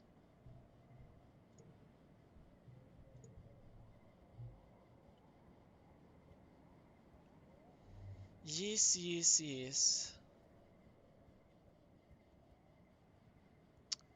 Man, that's kind of sad. It feels like it gets sad really quickly in this game. Boom. Isn't it hard to get goo, which I'm assuming is like slime out of hair? I'd cry. I mean, if you stay in there for long enough, I guess you don't even need hair after that. You can just become a tree. Treated to a spectacular sight, a fully grown dilly pillar way off in the distance. Its thousands of legs and kilometer of shimmering body snaking in and out of the haze at the bottom of this chasm. You just watch it. It's terrifying. It's like a train. Take some readings? Sure. So far away, but you record its movement coordinates and take a video for Utopia. +1 animals. 65. If we get one more animal. Please tell me you're convinced the humans to accept the Overseer's offer. Take an even closer look at Sam. Sure. This time, you'll catch Sim doing something weird and alien.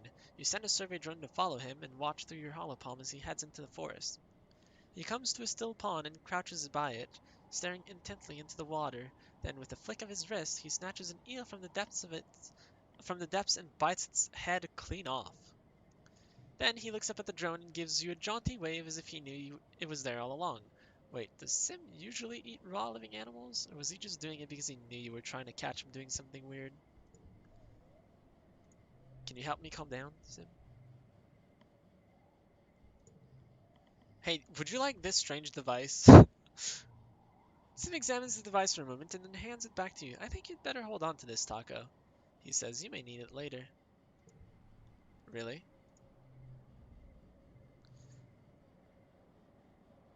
Time is running short, yes. Could you help me calm down? Of course, Sim murmurs, stepping into your space. His cool hands alight on your cheeks, tilting your head to look in his eyes. I still want to grab an axe for human purposes, I swear. Yes, of course. Yes, yes. Within moments, you feel the burdens of your day lift off of your shoulders like a balloon floating away into the sky. Your consciousness reasserts itself some time later. You find yourself held in Sim's long arms. You blink away the brain fog and pull yourself together, thanking him for the experience. Sim smiles. It was my pleasure, Taco. Stay safe out there.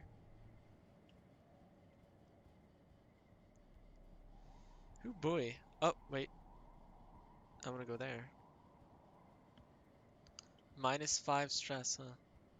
It wasn't too much, but oh well. Just using him as a stress reliever. Yes, yes we are.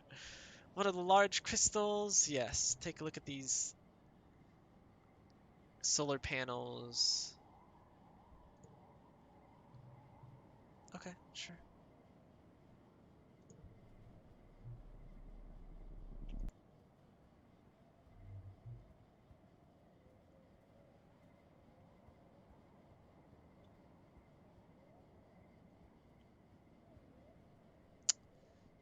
It feels kind of bad to accept their offer, to be honest. It must be so boring. Staking vines and brambles. Neutralize the radiation, yes. Okay, that was pointless.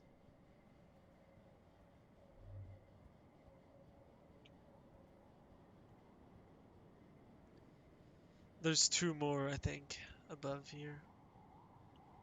Damn, I've explored this place so much that I know the layout now. Me. I'm not lost. Yes, cross the bridge very carefully, yes. Like, you're walking along a ridgeline when your foot knocks some rocks down the slope. You anticipate the familiar clatter as they plunge down into the chasm, but realize it's silent, just the wind. You peer down the slope, nothing's falling? Wait, the rocks you dislodged with your foot are just floating. Take a step forward and realize you feel lighter too, like you've taken off your mountaineering gear. Take another step forward. It's a struggle to keep your foot on the ground. With one more step forward, you realize it's possible to take both feet off the ground. You're floating. You nudge your foot and let the momentum float you forward a few feet, feeling more untethered by gravity the farther forward you go. The ridgeline is narrow with a steep drop on either side. There's no way around this strange anti-gravity field, and if you fall out of it, you might plummet into the chasm. Onward, yes sir! That's the first time I get this one.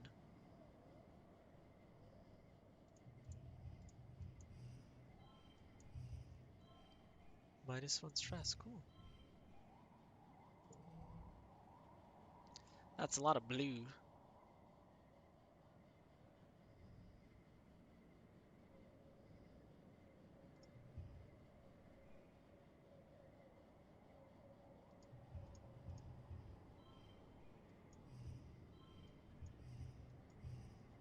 Maybe like this?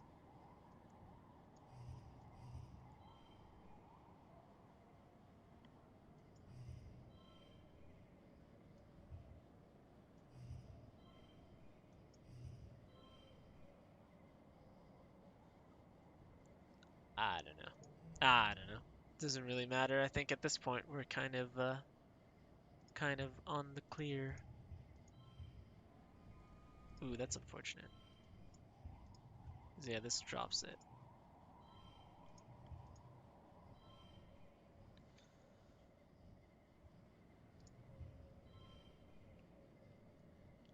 Oh well.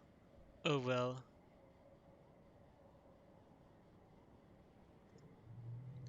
-1 kudos. Wait, don't I get -1 kudos now? Float forward, allowing yourself to rise higher and higher until you're able to swim and tumble through the air with ease. Woo, wow, you're totally weightless. Float over a shiny, lumpy rock jutting up from the spine of the ridge. As you pass over it, you feel gravity gently begin to embrace you again, pulling you back down. Your feet touch the ground again on the other side, and your legs immediately give out. What a rush! Mark the location on your map for other surveyors.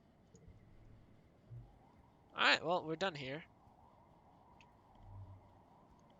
So, just in case, I'm going to walk back all the way.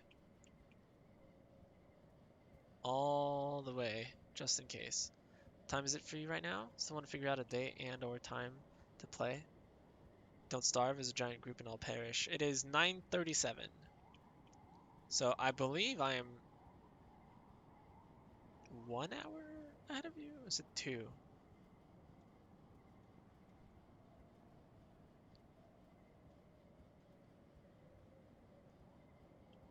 Man, Optimus Prime is going crazy here. And I believe there's nothing more here, right? Yeah.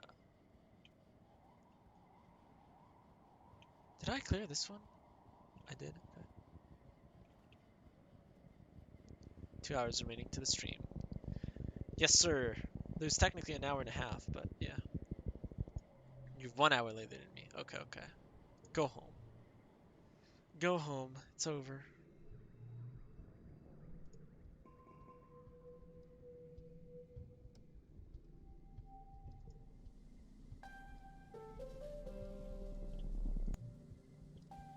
Let me see. Did anything respawn?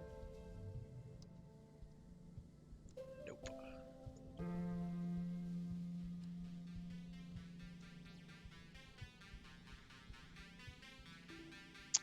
Fine, fine. I'll talk with you. Earlier? 8:38 for me. You got an extra hour. I have an extra hour? Said before that you can't do afternoons, right? Yeah. So I work from 8:30 to 4.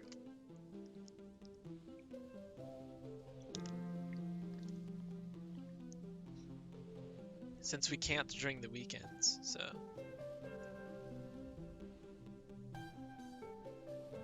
Wait, did I say I can't during Sundays? Or was that you? Wait. No, I can't Sunday nights. I could do Sunday, like, afternoon or something.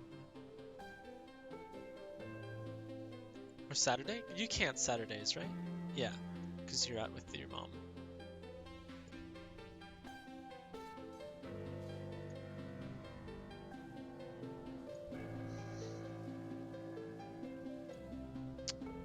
What to do, what to do, what to do. Tammy is doing circuits of the courtyard with the Kinesea guiding her by the chubby little hand. Come on, lovely, she encourages. You're doing wonderfully. Tammy rolls her eyes good naturally as she passes you. She could do this for hours, she says. 8:30 to 4 p.m., so technically any time supposed around the time you start stream could work, right? Yeah. Yep, except Sundays. Hello.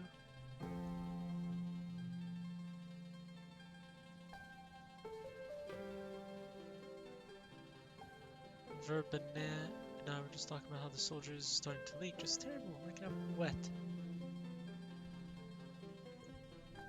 Okay, I wish I didn't read that. Hey, Cal. Behind the garden shed. 6 four-eyed hopkins. Yeah. One of the jarheads probably got her, yes. Le papa. Much for this war, your dad says, his voice dripping with disdain. Thought we left Earth so we could get away from that kind of thinking. Then a bunch of soldiers show up and all of a sudden we're back where we started. He shakes his head. Don't like that. Not even a little bit. Can't do Saturday. Romo can't Sunday if it's at that time. I don't know Saint's schedule, but Saint is pretty much always here during the stream time, so I'm assuming that time could work too. Yeah, I'm assuming as well.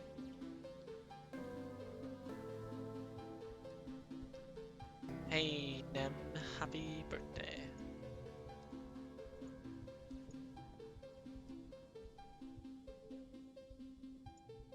Oh, wait, this one.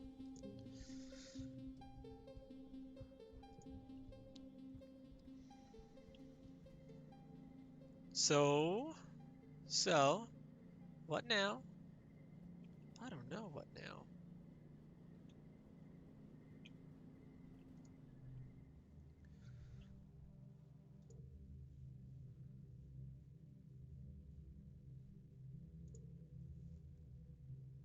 Governor Lum.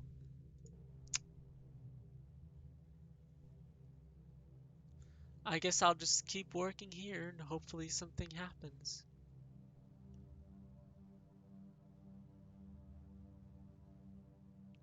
But at the same time, I do want the access codes. I don't know how I would get them though. Hmm.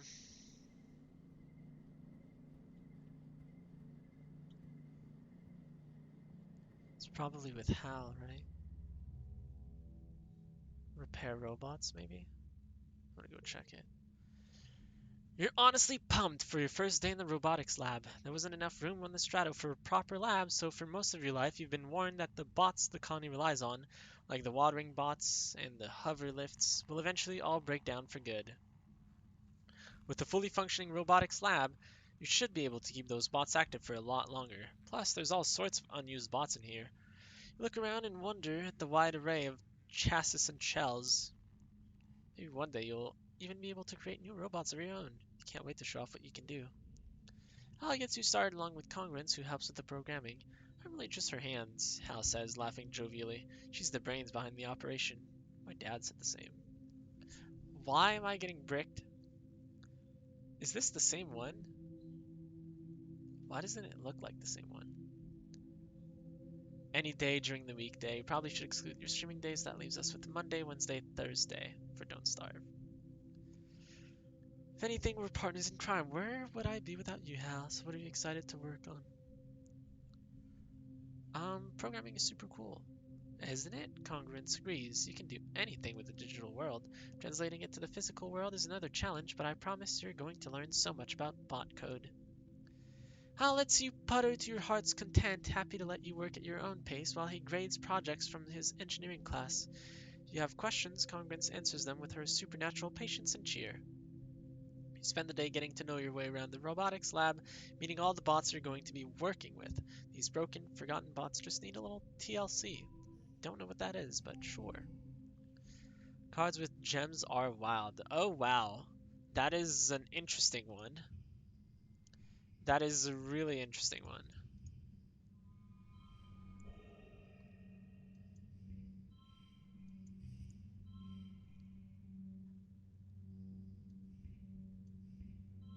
Damn, I dropped quite a bit. But I guess it doesn't matter if I drop, huh? I'd rather take the -5 stress.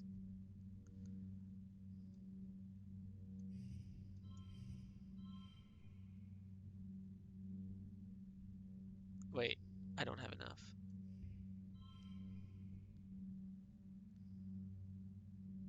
Well, how can this be? 16. Yeah, I guess so, huh? I lose 10. Wait, I lose way more than 10. Because then I lose this. Oh, I see, I lose this. Damn. 45.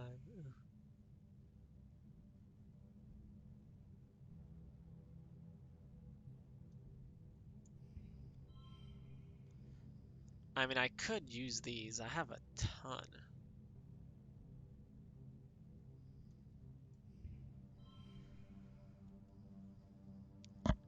I have 11 of them. You know what? You're kidding me, right? You're kidding me, right? Remove the rainbow. I am dedicated. I am dedicated. My God, this was a terrible idea, but here we are. Here we are. Empress B redeem make me gamble 5,000 tacos. How many tacos I have? Okay, I have enough. Gamble 5,000. And you gambled all in one? Jeez Louise. Captain in gambled for 45 and lost. Right. Rolled a 2! This is rigged. This is super rigged. Yep. No, not nice. Be sad like Bridget. Be sad. No! Tacos. Hard-earned tacos.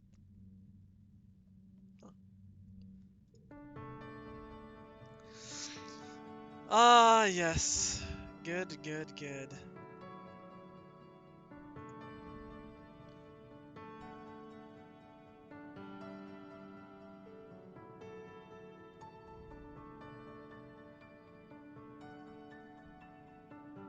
It's Lamia. Taco getting taste of his own rigging. Man.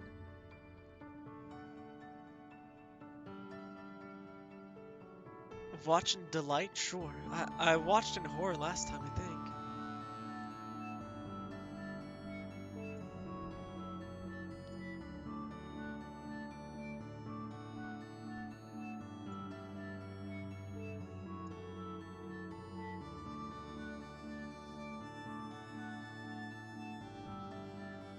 Second in command, yes.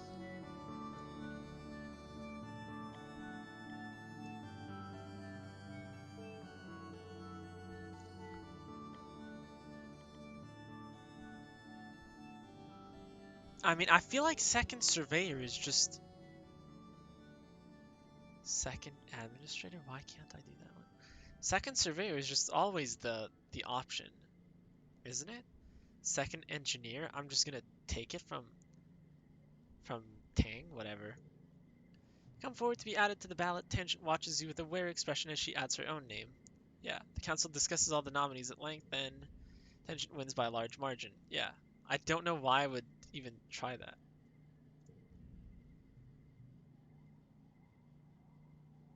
Second administrator must be one of Lum's people.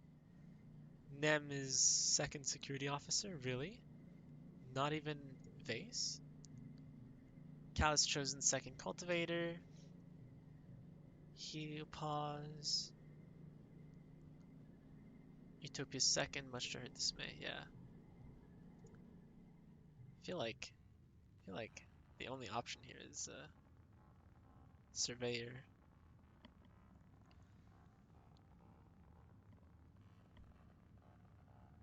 Feeling of urgency dogs your steps like you're running out of time. We are running out of time!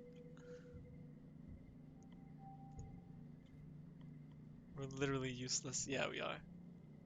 But I mean, I wanted to try it. I wanted to try it. Wet, wet, um, wet, pollen, pollen, dust, right? Yeah. Tang is asleep. I wasn't sleeping. Yes. Tang is asleep. I wasn't sleeping. Okay, yes. Been 4 years and still so cool. They comment. I spent my whole life on a spaceship before this. Being outside still feels like being in paradise, even with everything going on. Speaking of, happy birthday. Cake on my birthday? You're the best by light years. Uh-huh. Hello. She could do this for hours. Yes, yes, yes. Yes, yes, yes, yes. I need those access codes, man. Yes, just testing the crops, yes. Hey, Mars. Think I'd make a better governor? Yes, I agree. I agree. Go bother Rex? Yeah, yeah, sure. Hello, Nem. What's up? Does someone need me? Let's spend some time together, yes. She seems tired. Nap together? Yes, nap. Yes, let us nap. There's a couple of different scenarios. Once we went to hang out and just talk. Once we walked around and passed Vase, who was angry, and talked. That time we napped. Uh-huh.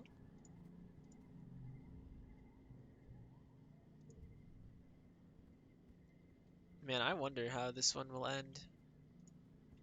Huh, that was interesting. I don't know if you guys saw, but at the top, these things were grayed out until I clicked. Alright, I'm gonna go for the access codes. I'm gonna go for the access codes. The robotics lab, Hal and Congruence are like a human couple. They bicker affectionately and share inside jokes, just like your parents used to when you were growing up on the Strato and everything seemed less overwhelming. You always knew Congruence was more advanced than all the other bots put together, but you didn't realize that assumption was literal. She programs all the bots based off of her own code, so it's almost like they're a part of her. Sometimes while you're working on a bot, she'll joke that it tickles. That's a little creepy, but okay. As Congruence's hands, you do physical maintenance on the bots. The ones you see most often are the vacuum bots, as the colony has gotten larger and much, much dirtier. They're more likely to get clogged and break down. Then people have to do more cleaning by hand, which makes them complain to command, which means more maintenance requisitions on your desk. One vacuum is, in particular, just eccentric. It's broken in a way that you can't really permanently fix, but you keep patching it up and sending it back out to serve the colony. You see it in the lab so often you decide to name it. Rosie Rob... Roomba! I mean, it has to be Roomba, right? Romo's evil twin? Roombas?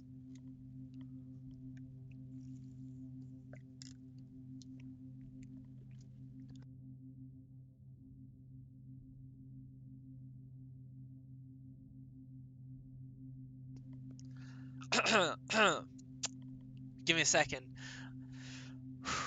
Okay, that went down the wrong drain. Sidewell kind of decided, but what if we do Wednesday for Don't Starve, like next week or something, at the same time as you start stream? That way you got Monday and Thursday mentally prepare yourself for streams, and your viewers oh so cruel bullying. Okay, sure. Wednesday. So does that mean tomorrow, or are we starting next week, or how does that work? Is that a weekly thing, or is that a one-time thing? Next week, Wednesday. It's a Roomba. Roomba, your sibling is here. Yeah, I'm picking Roomba. Roomba. You stencil the bot's name on the chassis and send it on its merry way. There you go, little Roomba. See you again in a few days. Goodbye, Roomba. Boom, boom, boom, boom, boom, boom, boom, boom, boom. Oh wow, I don't have enough. 3, 4, 5. Wow. Boom, boom, boom, boom, boom, boom.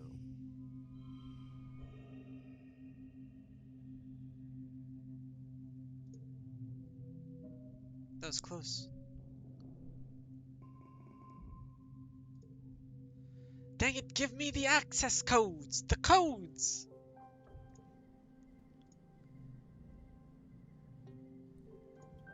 Tomorrow would have been a real last-minute planning. I'm cruel, but not that cruel. Yeah.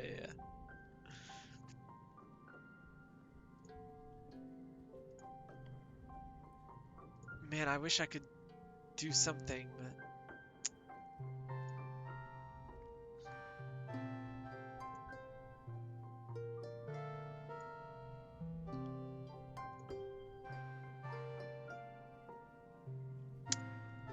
Can't help but feel like this is pretty doomed.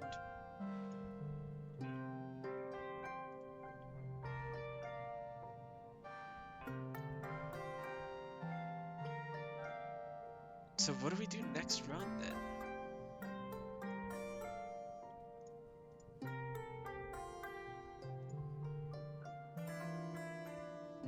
I guess we'll have to see how often we're willing to play Don't Starve though. It could be a weekly thing, so we don't have to if one of us gets bored. Taco dies miserably. I mean, that's definitely gonna happen, so. 0 events remaining. Yes, it's over. It's all over. Should I go explore nearby, actually? I'm assuming it's just a glow. Okay, never mind. Never mind. Repair robots. Give me the codes. Security Chief Rat has brought one of the sentry turrets for repair. The damn things are jammed again, he exclaims, exasperated. They turn on, but instead of firing, they just make this loud buzzing noise. He flicks the turret on, and the room is filled with a high-pitched clunking squeal. You wince over and cover your ears. It's annoying, but it's not very effective, he shouts over the din. Can you make them kill things again? With bullets, not with noise?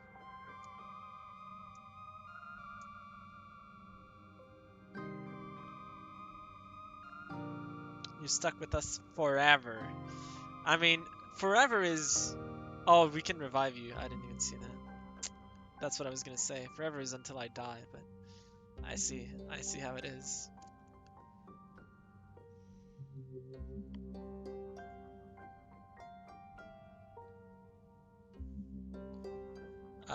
Yeah, I think we should not do that. You refuse to contribute to humanity's forever war on the animals of this planet. Rat's face goes completely red and he looks like he's going to drop a packet. You can practically see him, silently counting to 10 and gritting his teeth. After an awkward standoff that goes on far too long, his shoulders drop and he shakes his head. Fine, he mutters. I'll take it to one of the other brainiacs upstairs, but I'm reporting you to command for insubordination. Okay, go ahead. Go ahead. Oh no, insubordination. uh,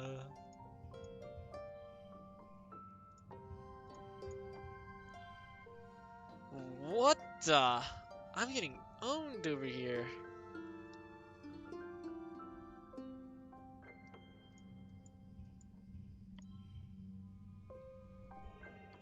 Not too bad. Wait, hello? Where are my boosts? There we go.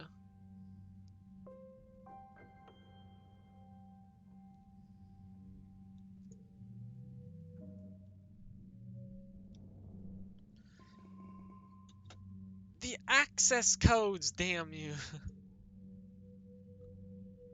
It was Cal's birthday. That's Mars's birthday. We're so dead.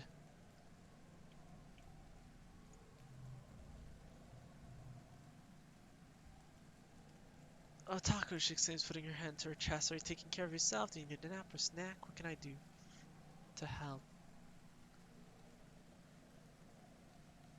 I'm okay, thanks.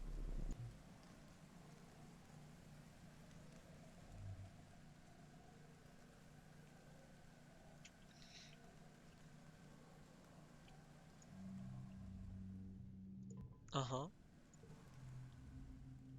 Uh-huh. Oh, hi. You're walking through the colony when you see a blur of color and motion at the corner of your vision. Bang! Nami collides with you in a catastrophe of flailing limbs and high-pitched squealing, sending you both sprawling to the ground. What's our friendship? 40, I see. Oh my gosh, Nami exclaims. They immediately get to their hands and knees and begin to collect the papers that they'd exploded out of their hands when they fell. I'm so sorry. Sometimes my brain is off doing its own thing and I don't watch where I'm running. Gotta eat breakfast even when you're late. Don't even worry about it. Nami giggles and continues to collect their scattered papers. Her face is bright red. Okay, if you say so. Thanks, Taco. Maybe if I had a genetic enhancement like everyone else, I would be able to watch where I'm going. My parents decided to lock the medical files from when I was a baby because they had this wild idea. I think it's rude. Yes, I remember. I remember this. Um,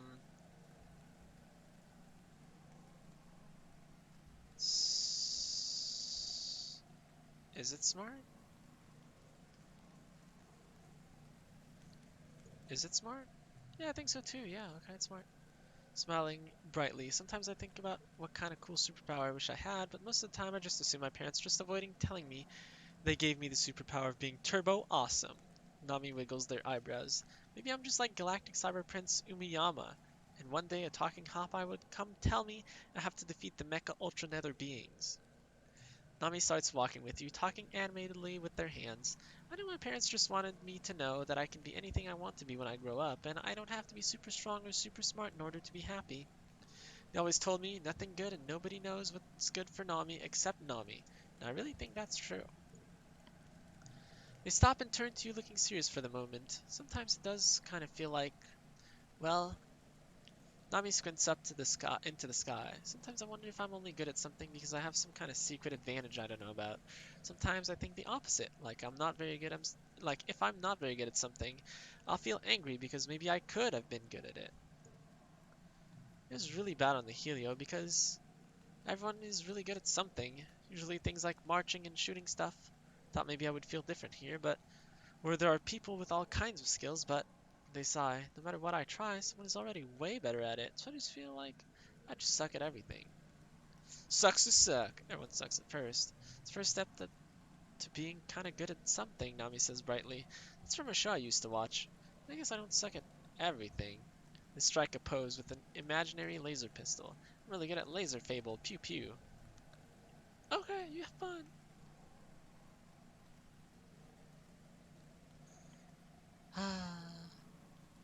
Can't believe the run is gonna end like that.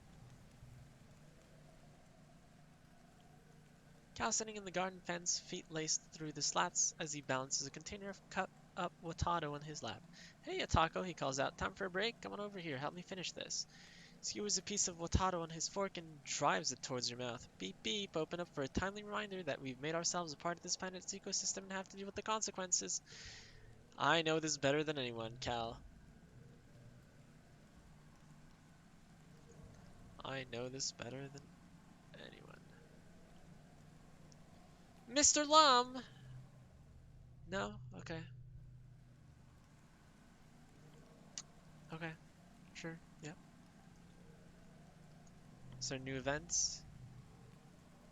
Nope. Oh boy, well, that's our fate, I guess. Hey, Mars! Happy birthday. Here is a crystal.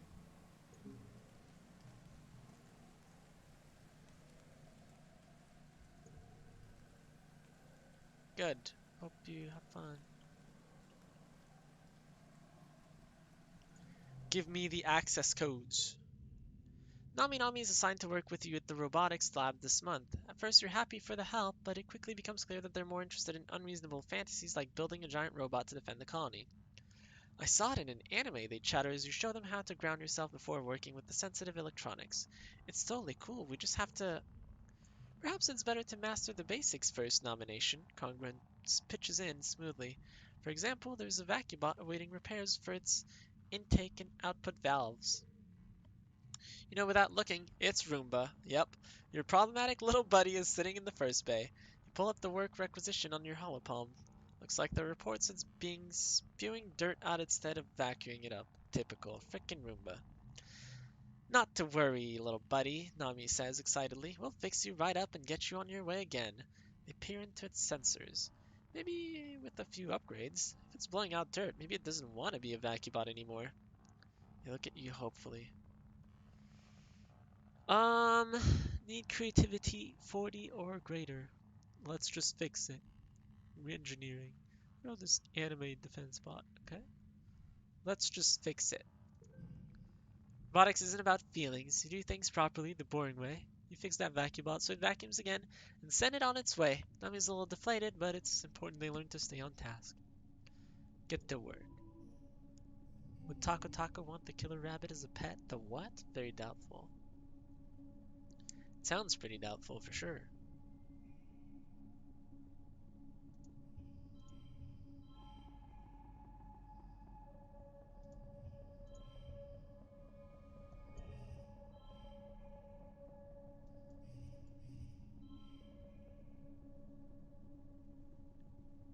Okay. We're not a creative person confirmed. Yeah, we are not. We're at 22. 50. We're getting more creative though. 24. But yeah, that was 40. So we were pretty far.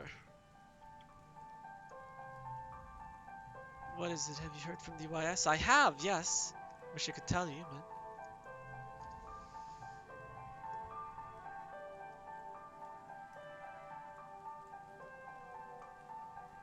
Yo.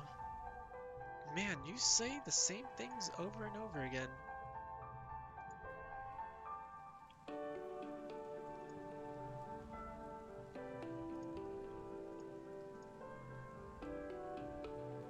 Help Rex build something. Engineering 480. You know what my hammock needs?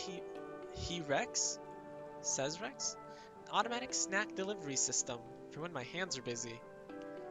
I don't want to ask. I was thinking, if I hang a big barrel of cookies up here, he continues pointing to a gnarlwood tree nearby, I could use ramps and pulleys to bring the cookies over here. He gestures to his hammock. And they could just roll right into my mouth. When a plan comes together. Interesting. It's a bold plan and involves a lot of twisty-turny ramps, gears, levers, swinging arms, and more. He's a tree now, and then we immediately get sentimental asylum. Yes, again. It's probably a lot more complicated than it needs to be, but it is hilarious to watch Rex press a button and send a cookie rocketing down a chute and eventually into his mouth. ground is littered with the cookie ditch for the failed runs, but Rex is proud anyway. Works perfect, he says, his mouth full. Thanks for the help. No problem. Yes, yes, yes. Yes, yes, yes.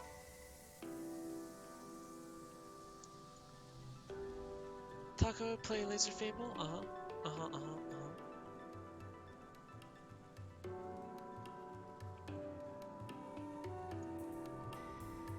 Cal's a helpful kid. He's got natural talent with plans. What if he gets it from me?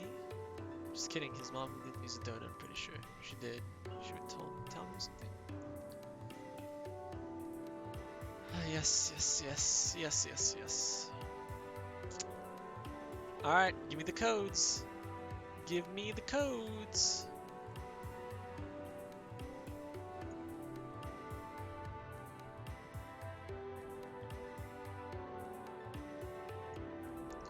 Nami likes to nickname every bot they work with. Sakura, Sesshomaru, Hinata. Yeah, that sounds a little familiar. You can't keep them straight. Luckily, none of them stick longer than it takes to repair them and get them back out the door. Nami says that treating the bots like real human patients helps them focus on fixing their troubles. Given Nami's track record, you're happy to let them do whatever gets them to stay on task. Get to work.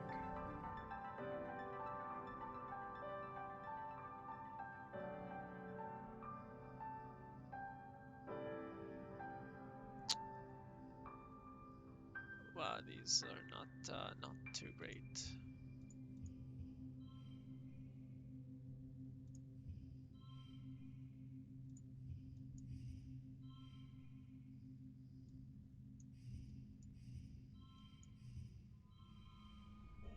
Easy.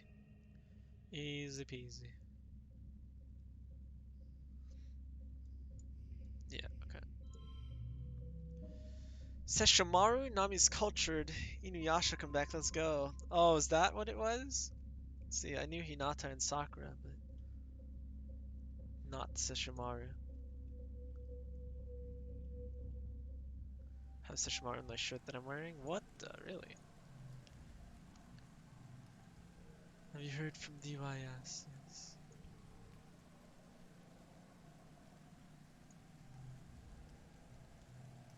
We're keeping busy, yes. It's unfortunate. This is it, huh?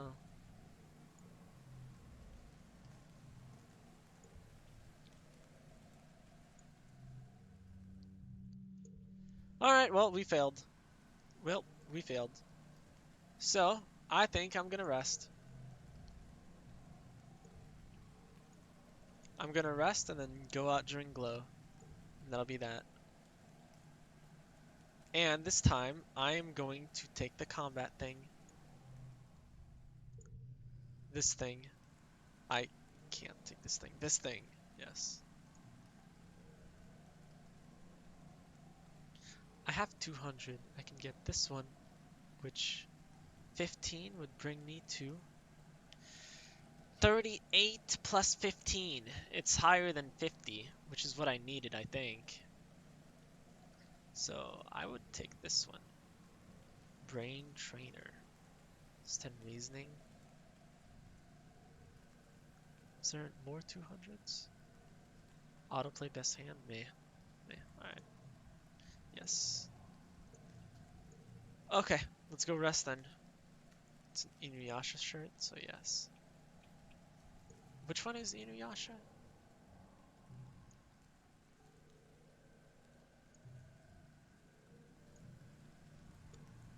Man. Man, oh man. 100, 100. Wow. This makes everything so high.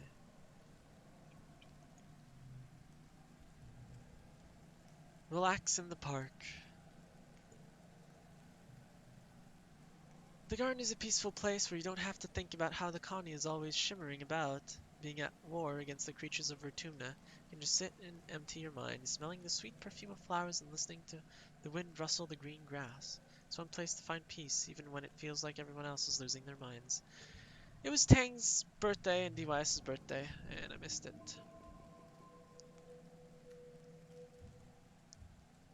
Alright, well, Mr. Lum, I would ask that you please reconsider. Nope. Okay. Well, well, we tried. It was nice knowing you, Cal. Usually all the critters make more noise than this. I wonder what's going on. Yeah, I wonder. Help with the animals. Oh, wow, sure. Dad is running some kind of test on the Tripits. He's playing different chords and trying to see if they have language or just making instinctive animal calls. You help him by holding up random objects and trying to determine if their sound map to any understanding of what they're seeing. They're either saying kill all humans or Linguini sports ball, your dad says, staring at the readout in his holopalm. I just can't be sure. Extra gear slot. Oh wow, nice. Just in time. Just in time. I see. Mr. Lum, please do us a favor and go flip off. Yeah, it's unfortunate. It's unfortunate.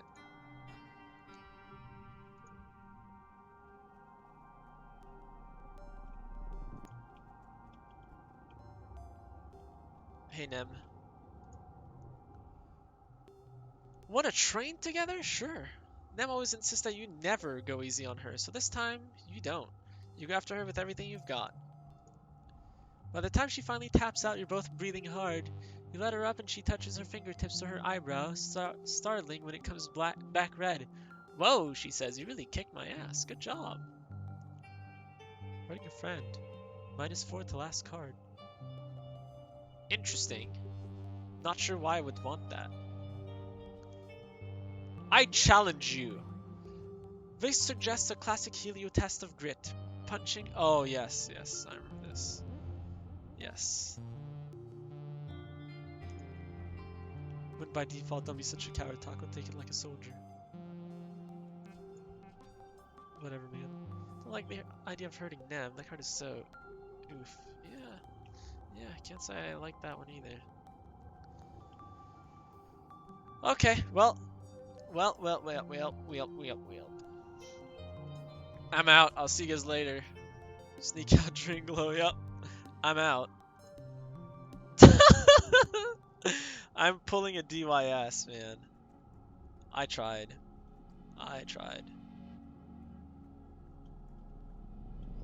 Except that, yeah, I'm not blowing up the wall, so there's that.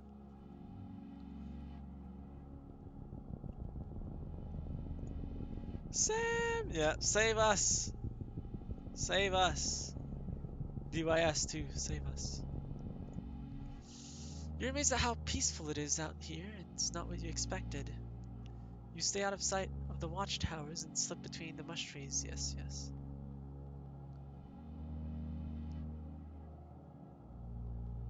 Neighbors become wild, value is wild. Sure, I'll gaze up at the wormhole. You crane your head up to look at the wormhole. It's so big you begin to feel dizzy and end up stumbling over a bit of gnarled root. Ouch. Lying on your back in pain, you're still transfixed by the wormhole. It's dark against a dark sky, but as it moves, it shimmers with a million colors, churning in slow, fluid motion around the perfectly black hole in the center. Wow.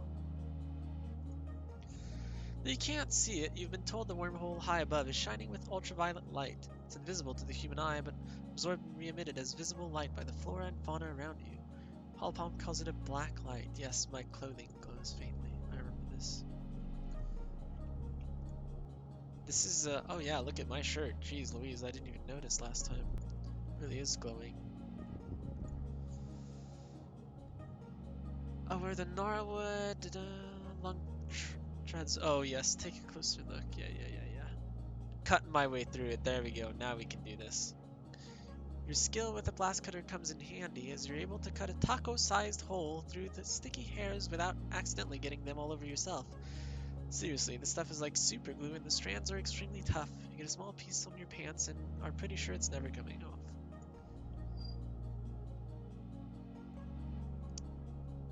Hey Sim. Shadows upon shadows. Yes, I know how to look for Sim now. Hello, yes, we're getting pretty good. Mind the glow flies. Okay, thanks.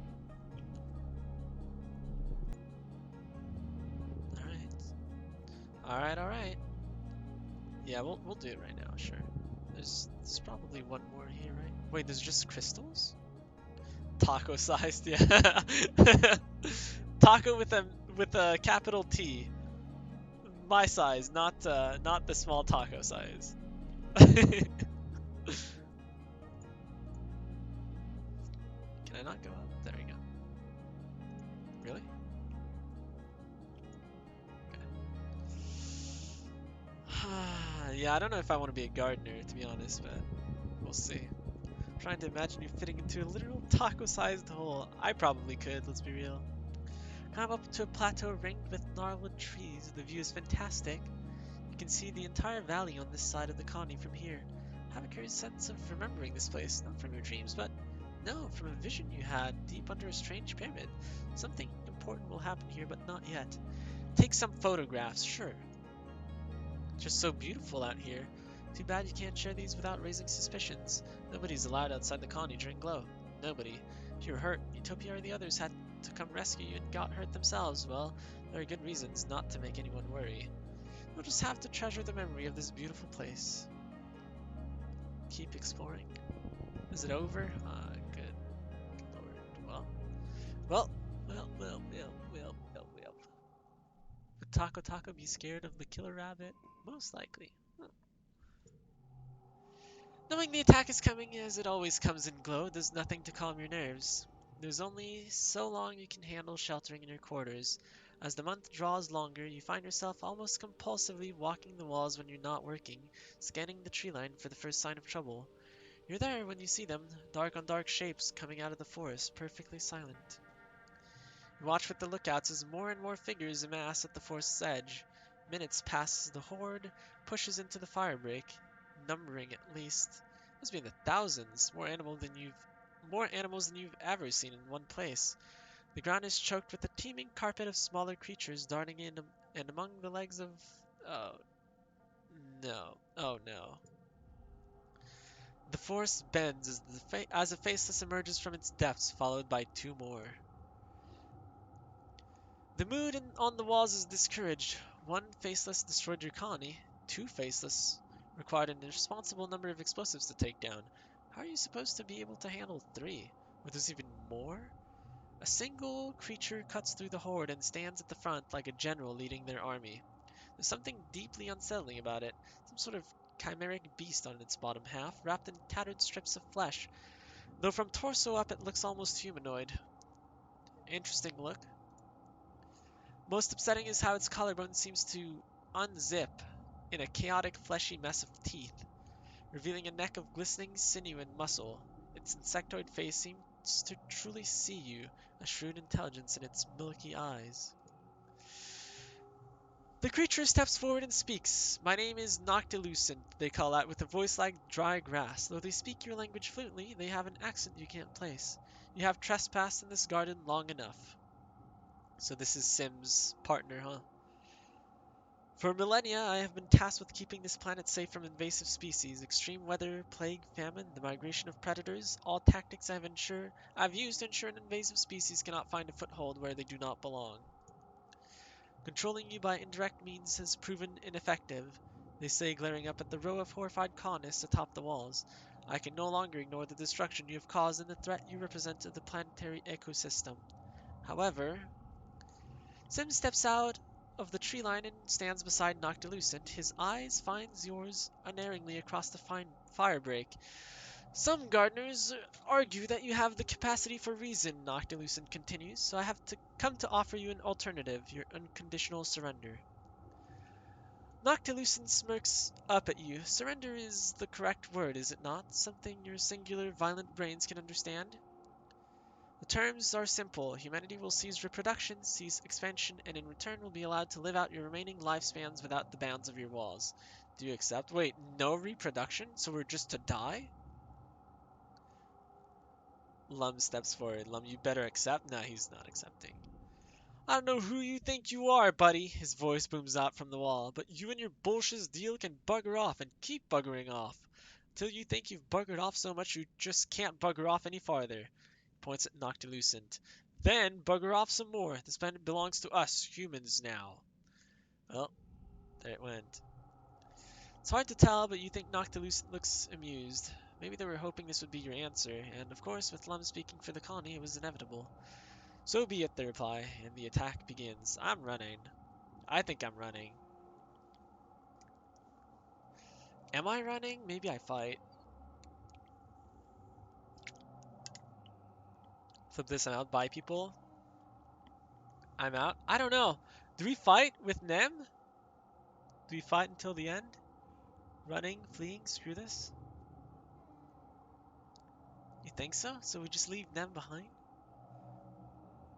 We leave everyone behind?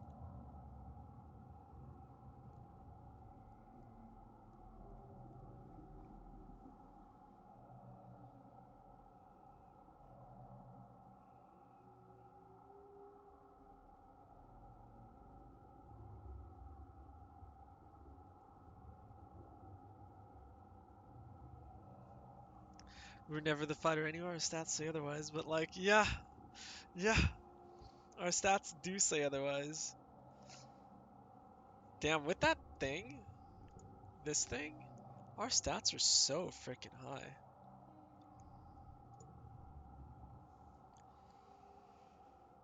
I don't know. I don't know.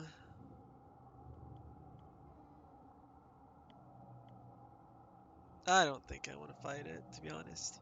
But then I wish I could have a bit more choice. Don't want to hurt Sim though, yeah. I don't want to hurt Sim, and I don't want to fight for Lum, but for Nem and Cal and Echinacea and Tammy and Tang, rolled 2. I'm down for that. I'm down for that. Roll the 2. Cal's isn't fighting. I know he isn't. No, but he's gonna die, right? Alright, I'm gonna try to flee. I mean, that's what I was doing anyways, right? Gosh, dang it. You duck your head and rush towards the safety of your quarters. The colony is well defended. No, it's not. I didn't... I'm rushing to my quarters? You're kidding, right? The colony is badly defended. Zero on your heart sinks at how poorly organized the colony's defenses are. Luckily, nothing has breached the walls yet, and it seems that the tide of monsters emerging from the trees has slowed. Even still, it's a lot of monsters. The colony is taking a beating, and you can already see the defenders start to flag. It's going to be a difficult battle. Descending from the walls when you are thrown to the ground by a tremendous rumble. A few meters in front of you, something tunnels toward you through the mud. You have the impression of something long and dark that cuts through the ground like a shark through water. Scramble to your feet, but it cuts off your path, forcing you towards a geoponics outbuilding. It's a storage shed, mostly empty besides bales of hay, is used as a float cow feed. It's dimly lit, but you think you see another door at the far end. The creature advances, throwing up rocks and chunks of dirt as it tunnels closer. No, I'm avoiding it. I'm not fighting. I'm not fighting. I'm resolute. You dive through the doorway, hoping that a tunneling creature can follow.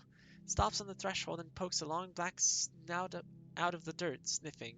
You sniff too. Is that smoke? Look up at the thatched roof and realize the building you are in is on fire. So this is where Nem saves us, huh? Yeah. The dry thatched roof quickly ignites and rains flaming debris down on your head, filling the room with toxic smoke. Ashy heat is intense. You can feel it ripping the moisture from your lungs with every breath. You rush for the rear door, but the fire moves so fast. You're trapped as the roof beam collapses in front of you. You hear a cracking noise, then just pain and a noise like a bell. The world goes dark. You wake up to chaos, confusion, yes. Yeah. There's something important you need to remember.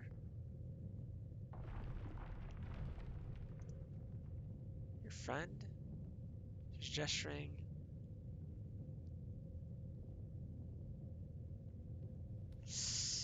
Ah, man.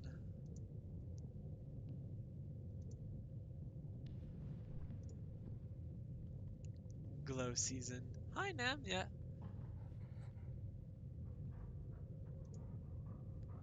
You remember this from another life. Oh, wow.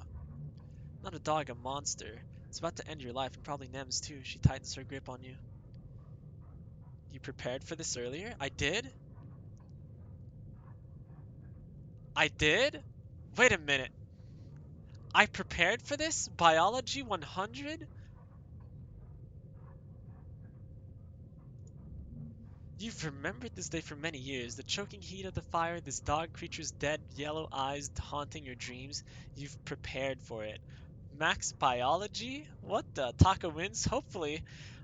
The worst thing is, I don't want it to kill Nem. Please, for the love of God.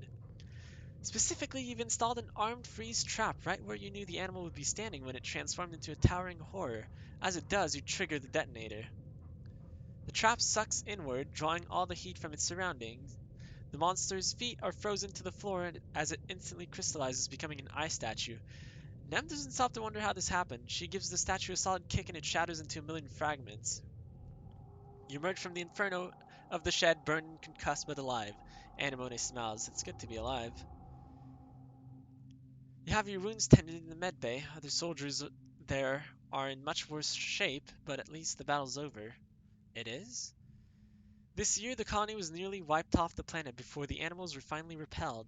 The sawmills and arable land are torn up, the geoponic domes shattered. Yet again, the garrison lost some good soldiers, further reducing your already marginal defenses. There'll be hard times ahead, and in just one more short year, another attack. Probably even worse than this one. The fight continues. But for now, you're just happy you've survived to live another day. That day is your birthday! By the time you've recovered, the suns have returned. It's your 20th birthday. We survived? You're a fully fledged adult now. Though, in many ways, you already were and have been for a long time. You and your friends step out to greet the new day and start the rest of your life on Vertumna. The end.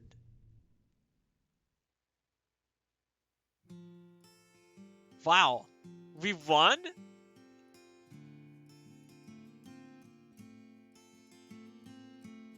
That's what I look like? Roboticist? That's me? That's what I became?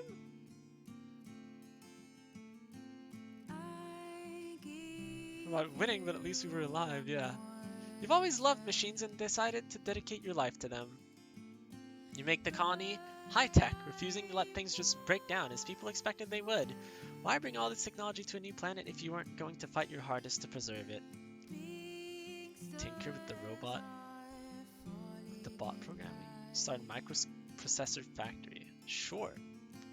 Not content to let the colony return to the Dark Ages, you coordinate with explorers to source some of the rarer elements needed to create complex electronics. The first thing you set out to produce are new nanoprinters. Without those raw materials, it's not like the nanoprinters could print their own replacements after all. Your new nanoprinters have an even longer lifespan, and they're locally sourced.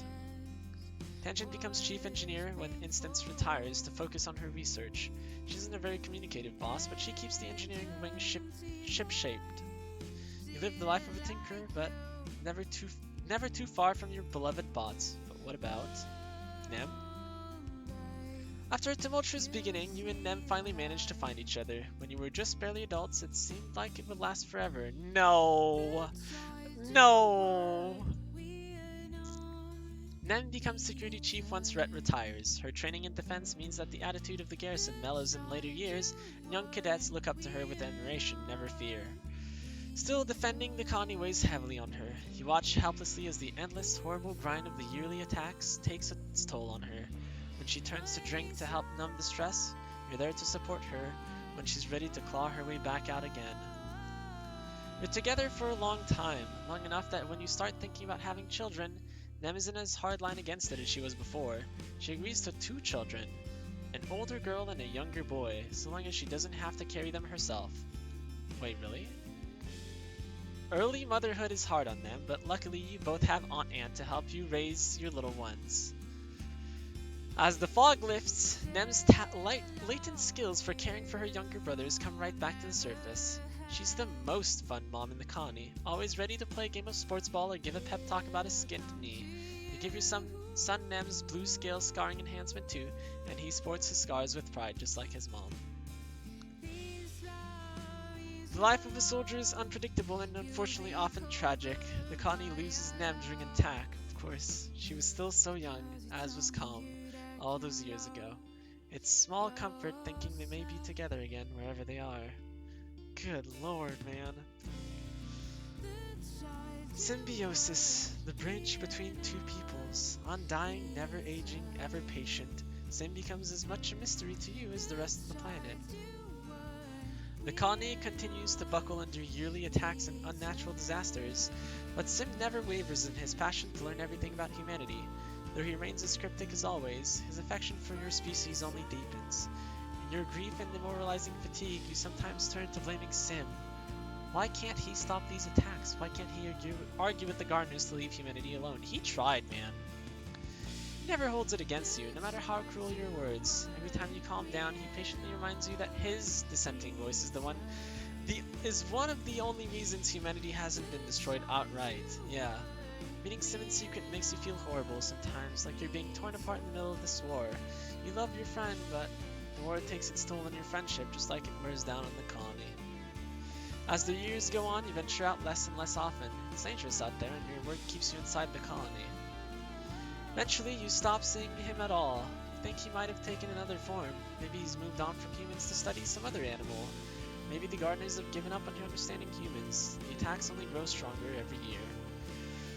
What about Tammy? Your friend Tammy blossoms into a fine mother, not just to her own children, but to every person in the colony who needs a mother's love.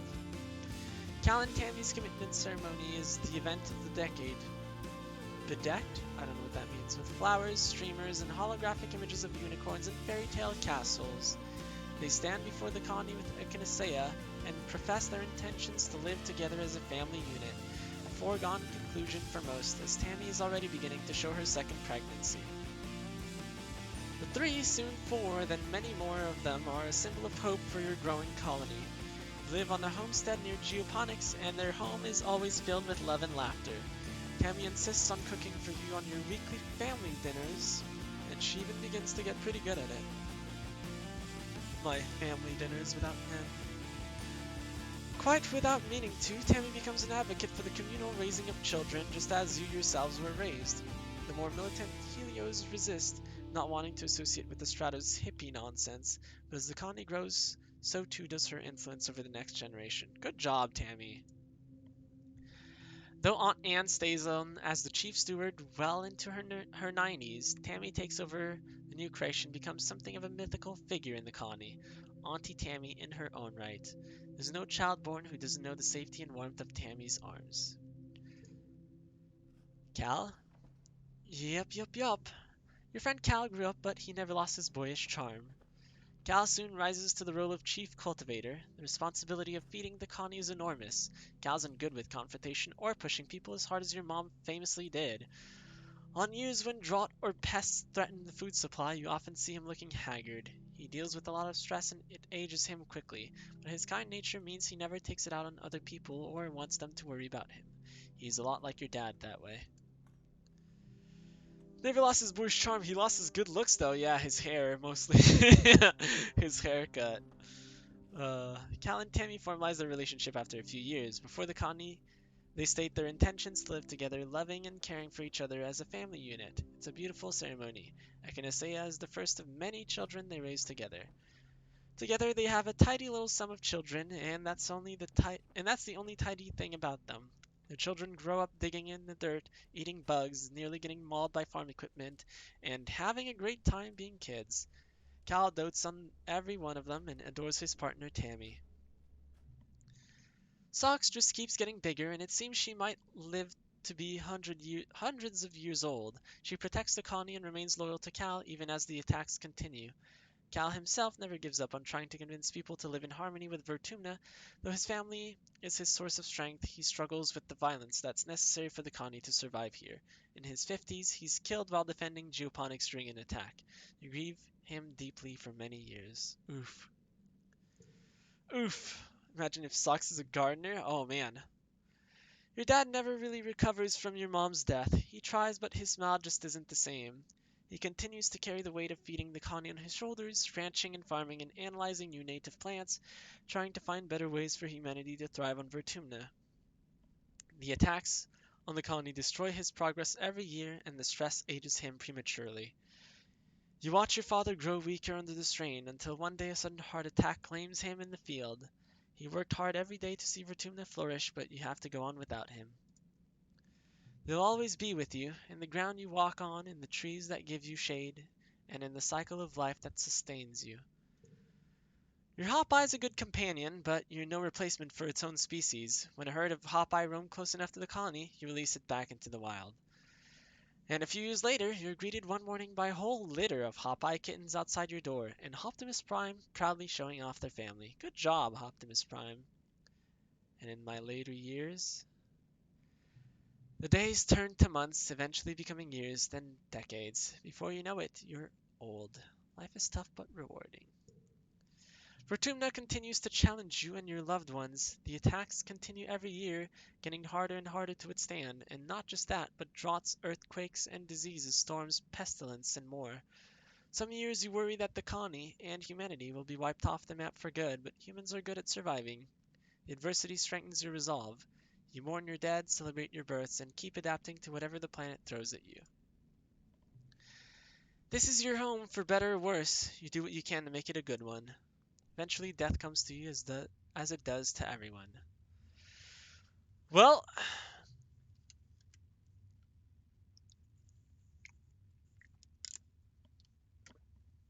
well, we saved Tammy. Um, we did not save our mom. We didn't save Tammy's dad, right? Yeah, Tammy's dad. We didn't save Chief Udicott nor Calm. We met Sim. Uh, we saved Anemone from Vase. We found DYS and gave him peace, I guess. Yeah, we lost our wife. Yeah, we lost our wife. Had children. Two.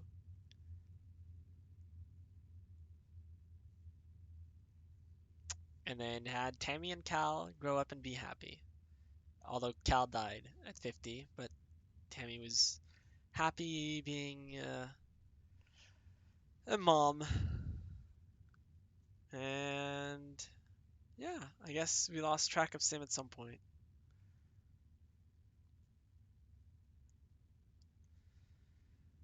Hoo-wee. Maybe we, yeah, I don't know what we're gonna do now. I don't know. In the moment of your death, as your brain cells fizzle at one by one and shut down forever, vision swims in your mind's eye. It's me, right? Is that a person? Yes, it's me. It's you, only ancient, yes, yes. We had a good life, don't you think? But there are so many possibilities, and this was only one of them. Um, well, I tried, I think.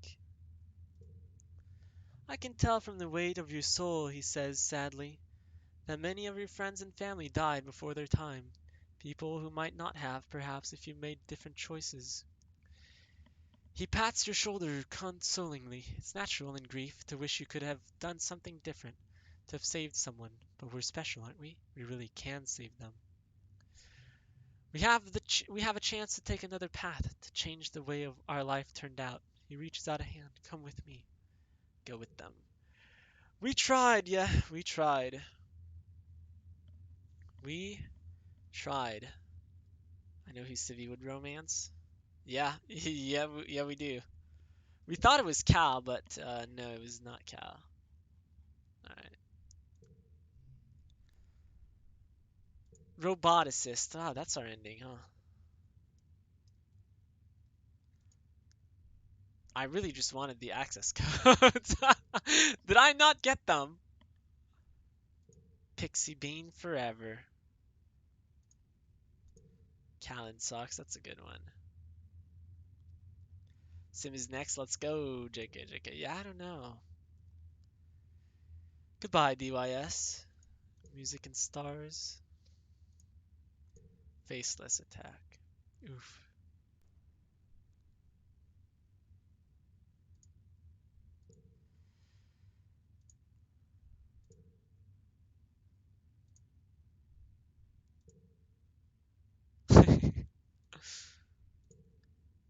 Sim falling. Tammy saved. Tang on the roof.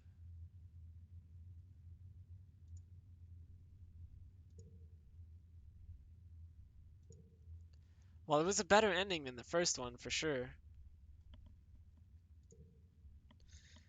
We're missing a couple, actually. Huh.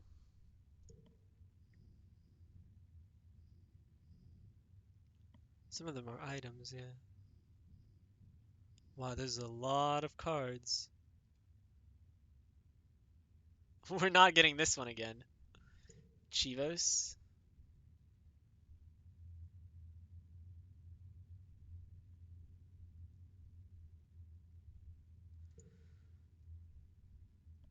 We got Sim's Curiosity. He might be on the main menu. Yeah, unlocks him on the main menu. Ayo. Save Tammy. Meet Sim. Help clear. Break up Anemone and Vase. Good, good, good. Come between them. Oh, I'm assuming it's Tim and Cal, right?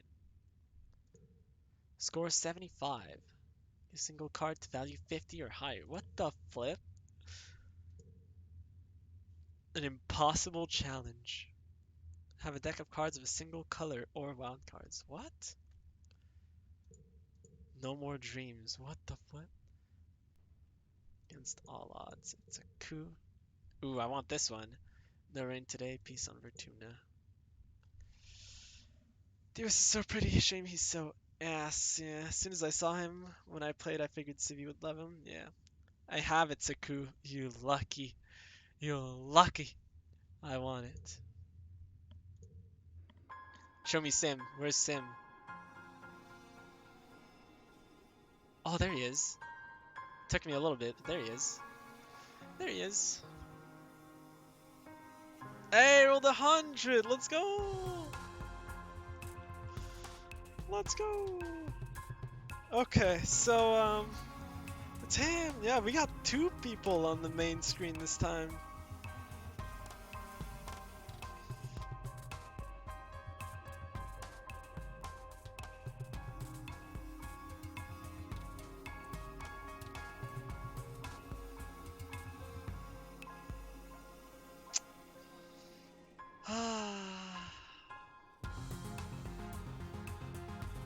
I guess we should end the stream now, right? End the stream and then start next time. Because I don't even know what we're gonna do.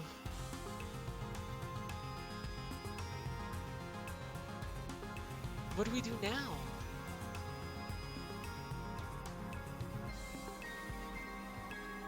Marbles?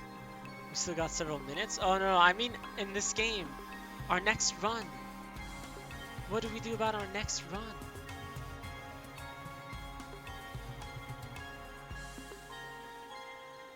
Mars? Rex? Good god. Vase? Yeah? Marbles in the game. Oh, easy. Obviously save the mom, yeah.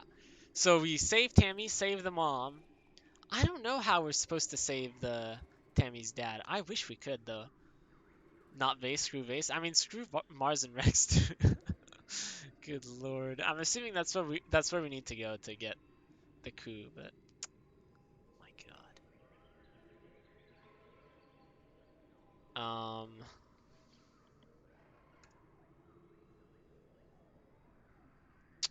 Not be delusional. We can save Tammy's dad. Yeah. How does Tammy's dad die again? On when he's out on an expedition while we're kids. I'm gonna go look up when he dies, but yeah, we can save everyone actually. Yeah, yeah, I would assume so.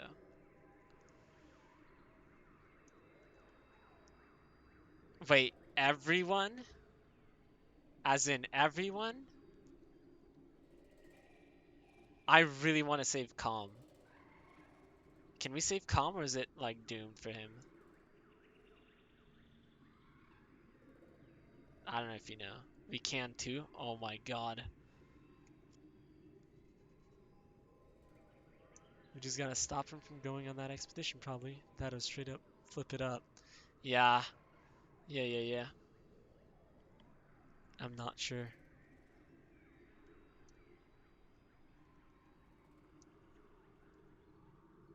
Had to run with everyone alive at the end except me.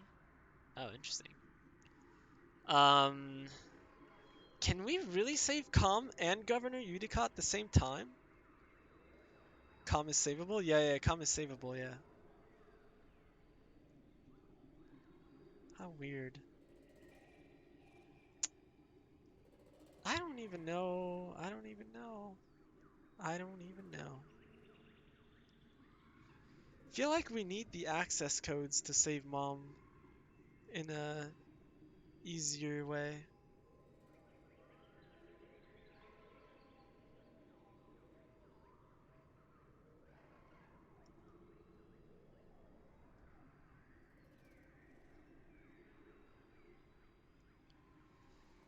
You don't. In an easier way. In an easier way, I mean. Saved her in my first run. Yeah, yeah, but I mean like easy. Easy. You know, easy.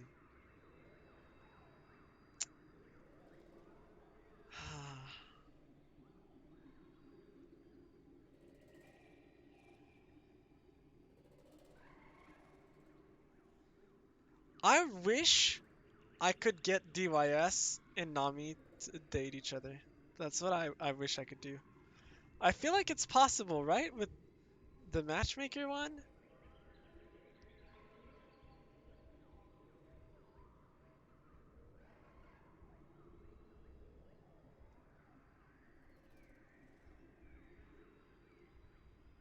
This one? I really hope it's Nami and DYS. I don't know how I would make it happen though, but yeah. Yeah.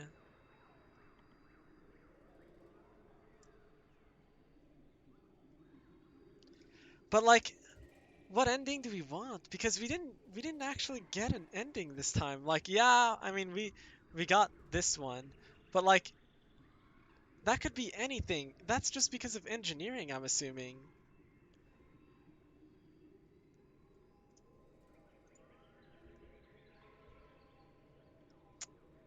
Dang it. I actually voluntarily missed an ending. I did, yeah. So maybe we go for that one again? Here's the thing, okay.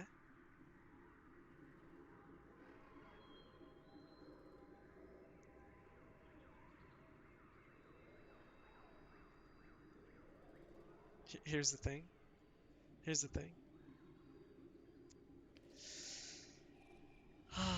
And who's our best friend? We have to pick our best friend at first. Dang it.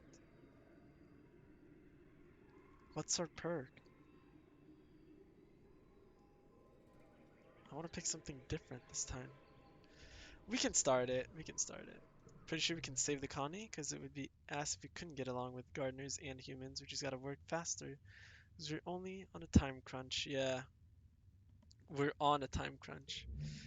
Yeah, yeah, yeah, yeah, yeah, yeah. Hey, oh, can I spring my trap? Climb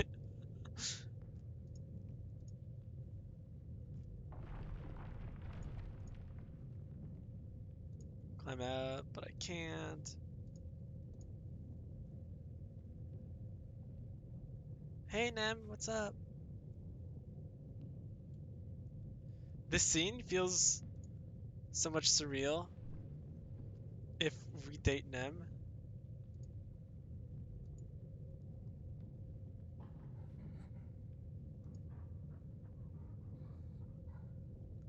Oof, no trap. Damn.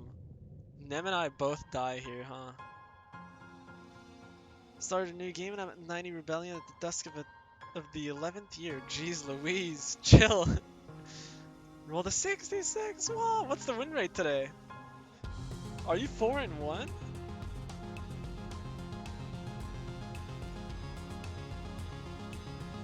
Whee.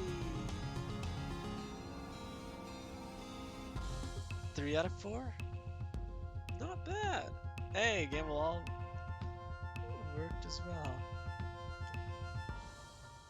Um, They name you? Yes, they name me Taco. Yes.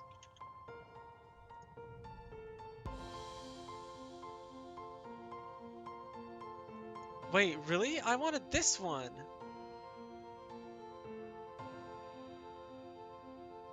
Oh, I see. It's not a... Oh, masculine appearance. Oh, it's whatever in whatever range. Oh, okay. We'll go here then. It's reversed today. Easy, easy. Chimpachi, Kit Kat. Jeez. Jeez, jeez, jeez.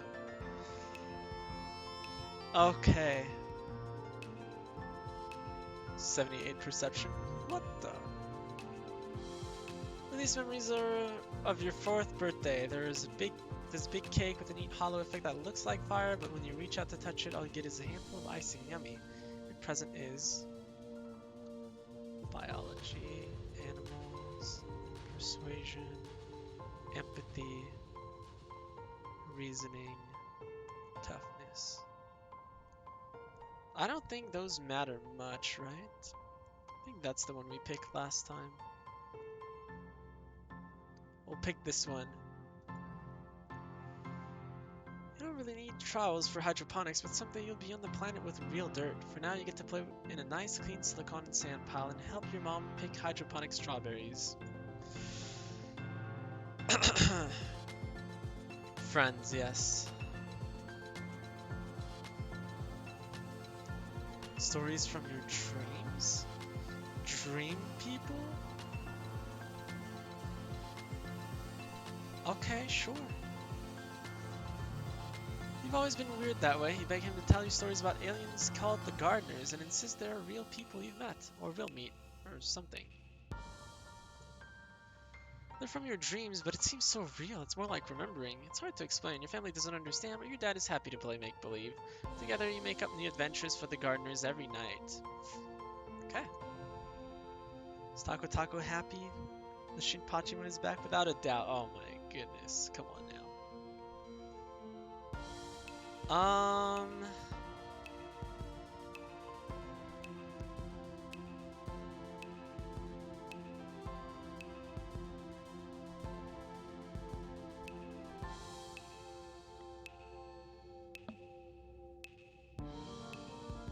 Should we go this one this time?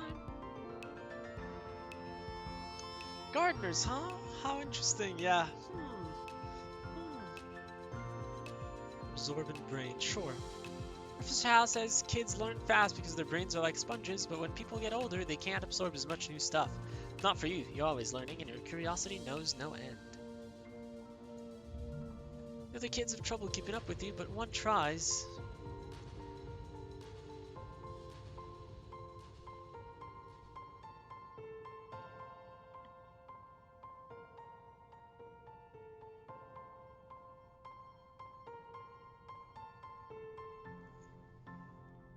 Means the Soji emote is back for Civi. Yeah. I didn't have all the emotes we used to have, but I did put back the ones that I did have.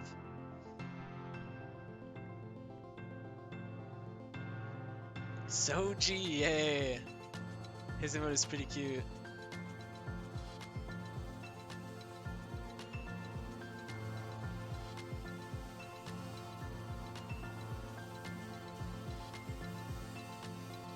Who are we going for this time? Yeah, I don't know.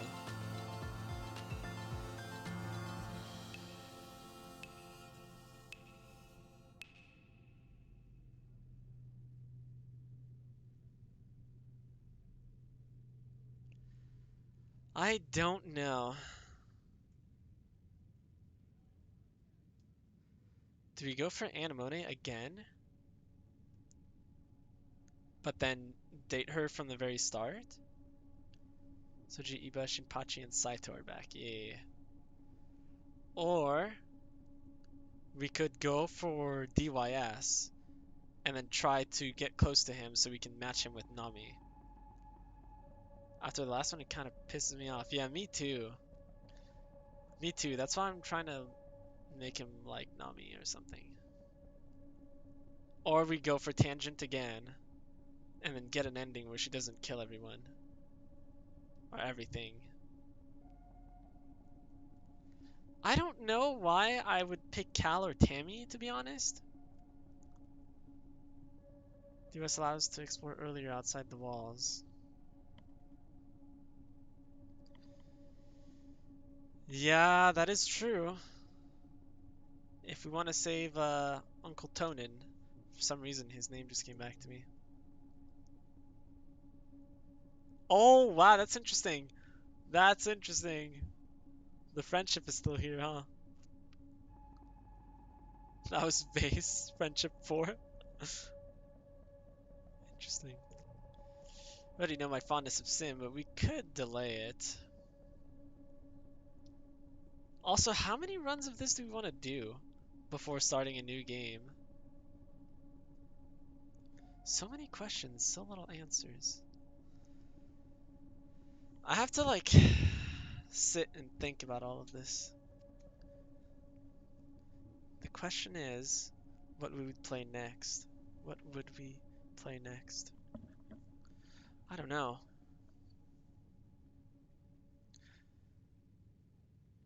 What new game would you stream? Yeah, don't worry. I know what you mean. I know what you mean. I'm right there with you. I'm pretty sure I have games that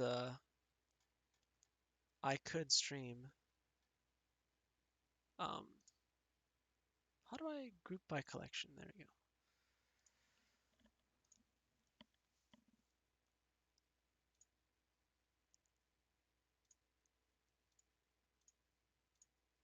Okay, actually not that many that I own.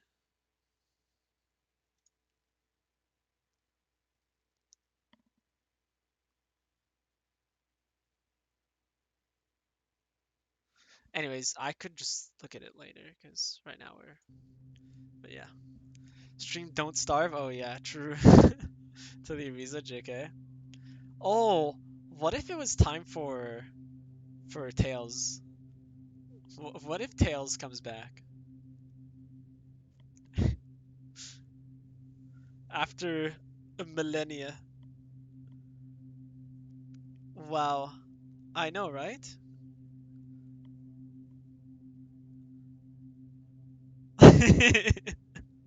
Are we this year yet? Is it 3042? Are we there yet? Fire Emblem 132.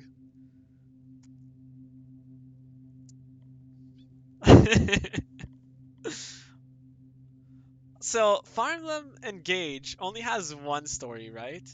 It's not three like Three Houses, right? Because maybe I could also get that one. We gotta keep Aiza waiting. Yeah, you're right. Maybe it is the prophecy that I play Fire Emblem before his game.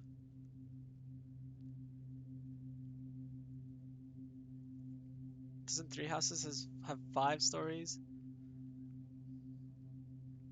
I think it has 4, but one of them it has 4 stories, but then you can add a DLC to each one, which kind of makes it 5, but also not quite. Yeah, it's 4 main and 1 side. Yeah, yeah, because that 5th story, which is the DLC, the hidden house or whatever, you can do that on any route. It just takes like the first 10 chapters or something like that, which I still haven't seen. I don't know why not, but the side one is hard. Yeah, that's what I hear. Yeah. But who do we go for right now? What do we do here?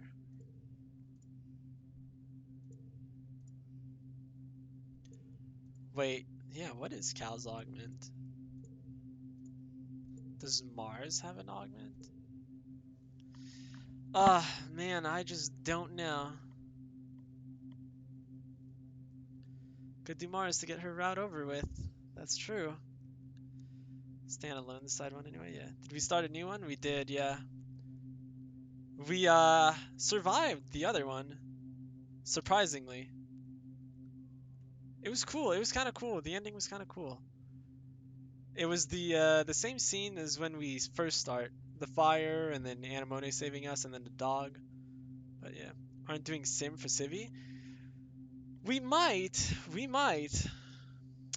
But God, I feel like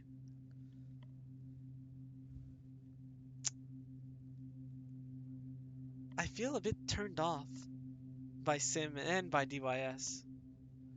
It's becoming a petition. uh,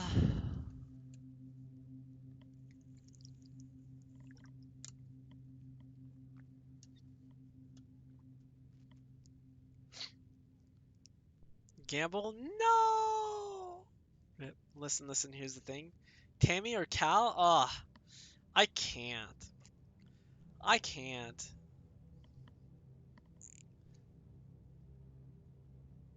I can't come in between Tammy or Cal, man. I can't do it. Then just let Tammy die, sir. No. No.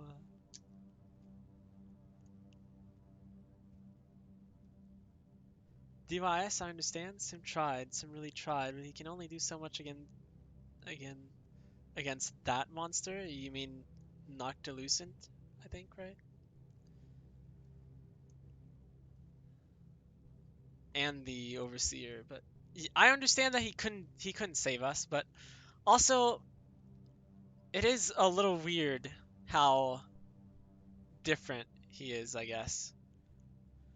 Like he can just die and then come back,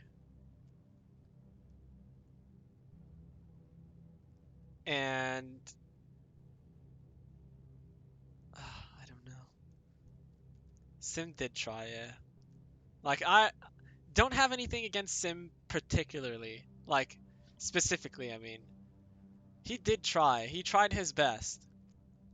And he had no reason to try. It's just, it feels like the ending with Sim is me becoming a gardener. Diaz became a tree. Coward, I swear, yeah.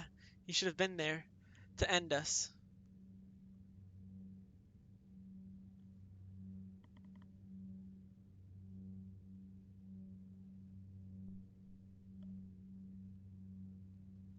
I'm surprised we managed to fend off the attacks. Taco, what's up, Romo?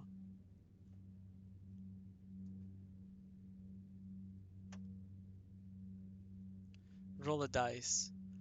But but it's like I hate every choice. Dang it. Clearly likes humans. Can't see why becoming a gardener would be his ending, you know?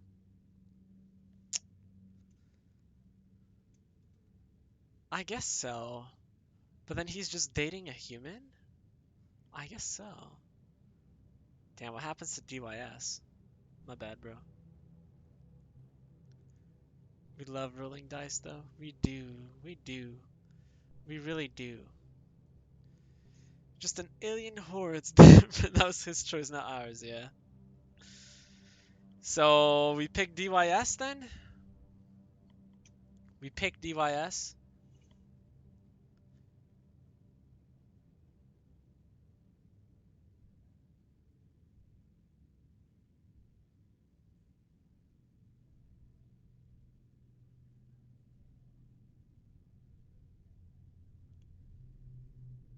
I feel like his ending is actually the one you managed to sign the peace. Sims? Do us to meet and inevitably steal Sim for him. Yeah. And hopefully we can have DYS and Nami be together. Okay, done deal. DYS loves to find places on the ship that nobody else knows about. He's smaller than the other kids, so he can get up into the bulkheads. You know where he likes to go when he wants to be alone. Bravery perception. Lights are dimmed for the night cycle when you realize that you didn't see DYS at dinner or at the Crash Holovid night. Antecedent must have realized too. She's constantly checking her holopalm and anxiously typing messages. The light is distracting you from the holovid. DYS's sister, Tangent, is not worried.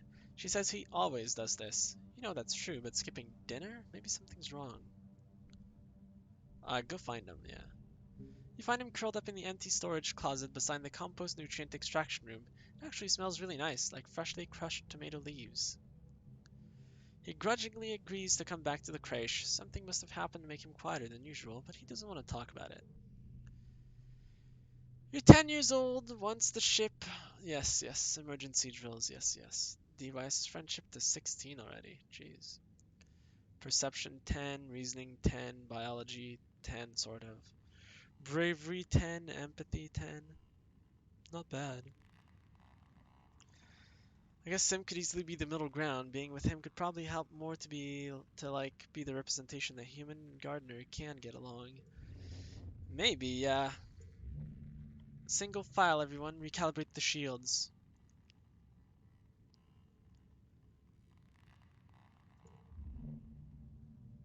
No, dang it.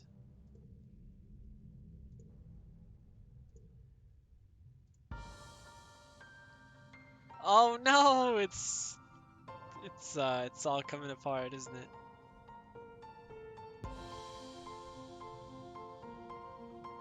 Sunlight? Rush outside, yes, yay!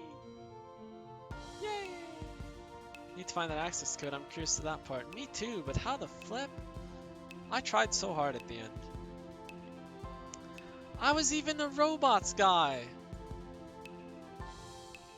Man. Alright, anyways. Save. New save. Third run.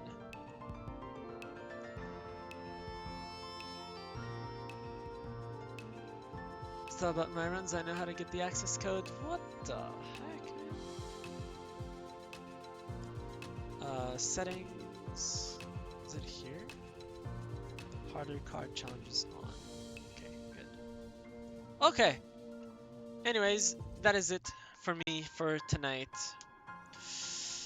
Hit 5 million. Hey, easy, easy.